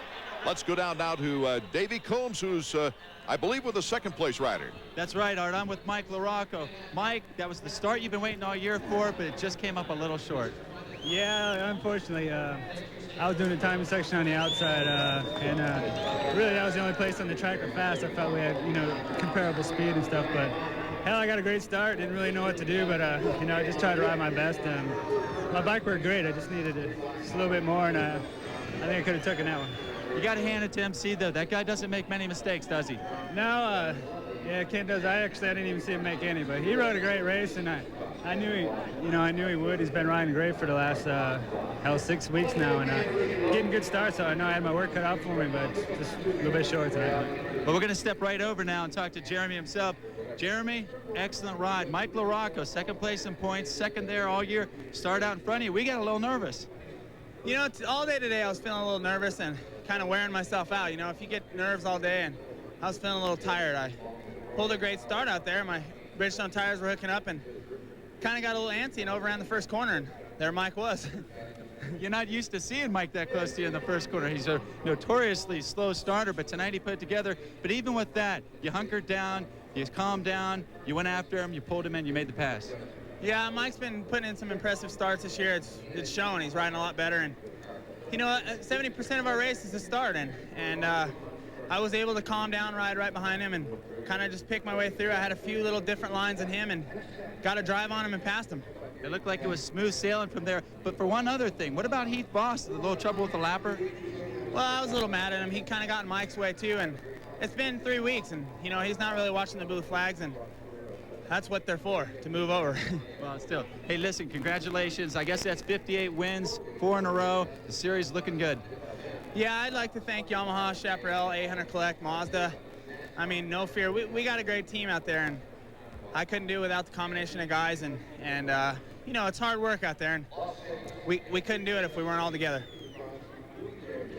Taking a look at the classic style of a winner. He ended his season with a broken wrist, narrowing the field of 4 riders vying for the #1 plate. With 3 points leaders in 4 weeks, who will become the king of the 250s this week? Stay tuned. Round 8 of AMA Motocross is next.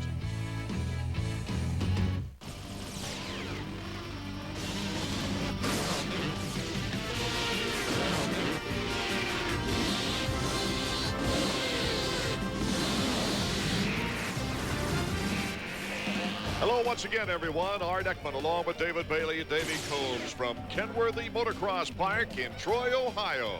It's AMA Motocross for round number 8. The 125s are at the gate now, getting set for their first moto. Brock Sellers, 3rd in the point standings, would love to find a first win here today on the season. Ricky Carmichael has just taken away with things, winning 7 of the 8 rounds. There we see Michael Craig, who's now on a Kawasaki. This is his 3rd race back since changing teams and also dealing with an injury. The Budman, the Arena Cross 3-time champion, Buddy Antonez, number 54, also awaits. Everybody looking pretty relaxed in the line as Ricky Carmichael with a 69-point lead over Talon Bolin, who is out with the injury. Let's go down to the starting gate now with Davey Coombs. Another hot day for the AMA Mazda National Motocross Championships. This time I'm on the starting gate in front of the first 125 moto here at Kenworthy's MX Park in Troy, Ohio. Annually one of the hottest, toughest races in the world. But you got a feeling it's not going to make a difference to Ricky Carmichael. Last week, Ricky hauled 50 points away from Talon Bolin, his nearest competitor, for the 125 National Championship. Bolin, of course, had that nasty crash off the start, while Carmichael rode to a couple wins in the second moto, going from 35th to 1st. We probably won't have that problem this week. It's a long, safe start here. Carmichael gets away cleanly. You got to think he's going to be in control here, as he's been all year long. Thanks, Davey. As we take a look at the track map. Track winds all around in and out of the woods sections. We're going to take a look over to the right of your screen at the section heading down into Devil's Corner from the rider's point of view. Big double jumps. They come out of the shadows. Approaching a double jump. A lot of riders favoring the right side, thinking they can stay lower to the ground. Just approaching Devil's Corner, back into the shadows. Tough to pick your line as you go in and out of the trees. Right out of the corner, you've got another double, so you got to stay sharp there. Leading off our Suzuki starting grid, a couple of pro circuit riders, Carmichael and Nick Way. Rival Suzuki's Michael Brandis. Yamaha of Troy's Casey Lytle. FMF's Brock Sellards. Go back to pro circuit with Nathan Ramsey, who also picked off that 125 Western Supercross crown this year.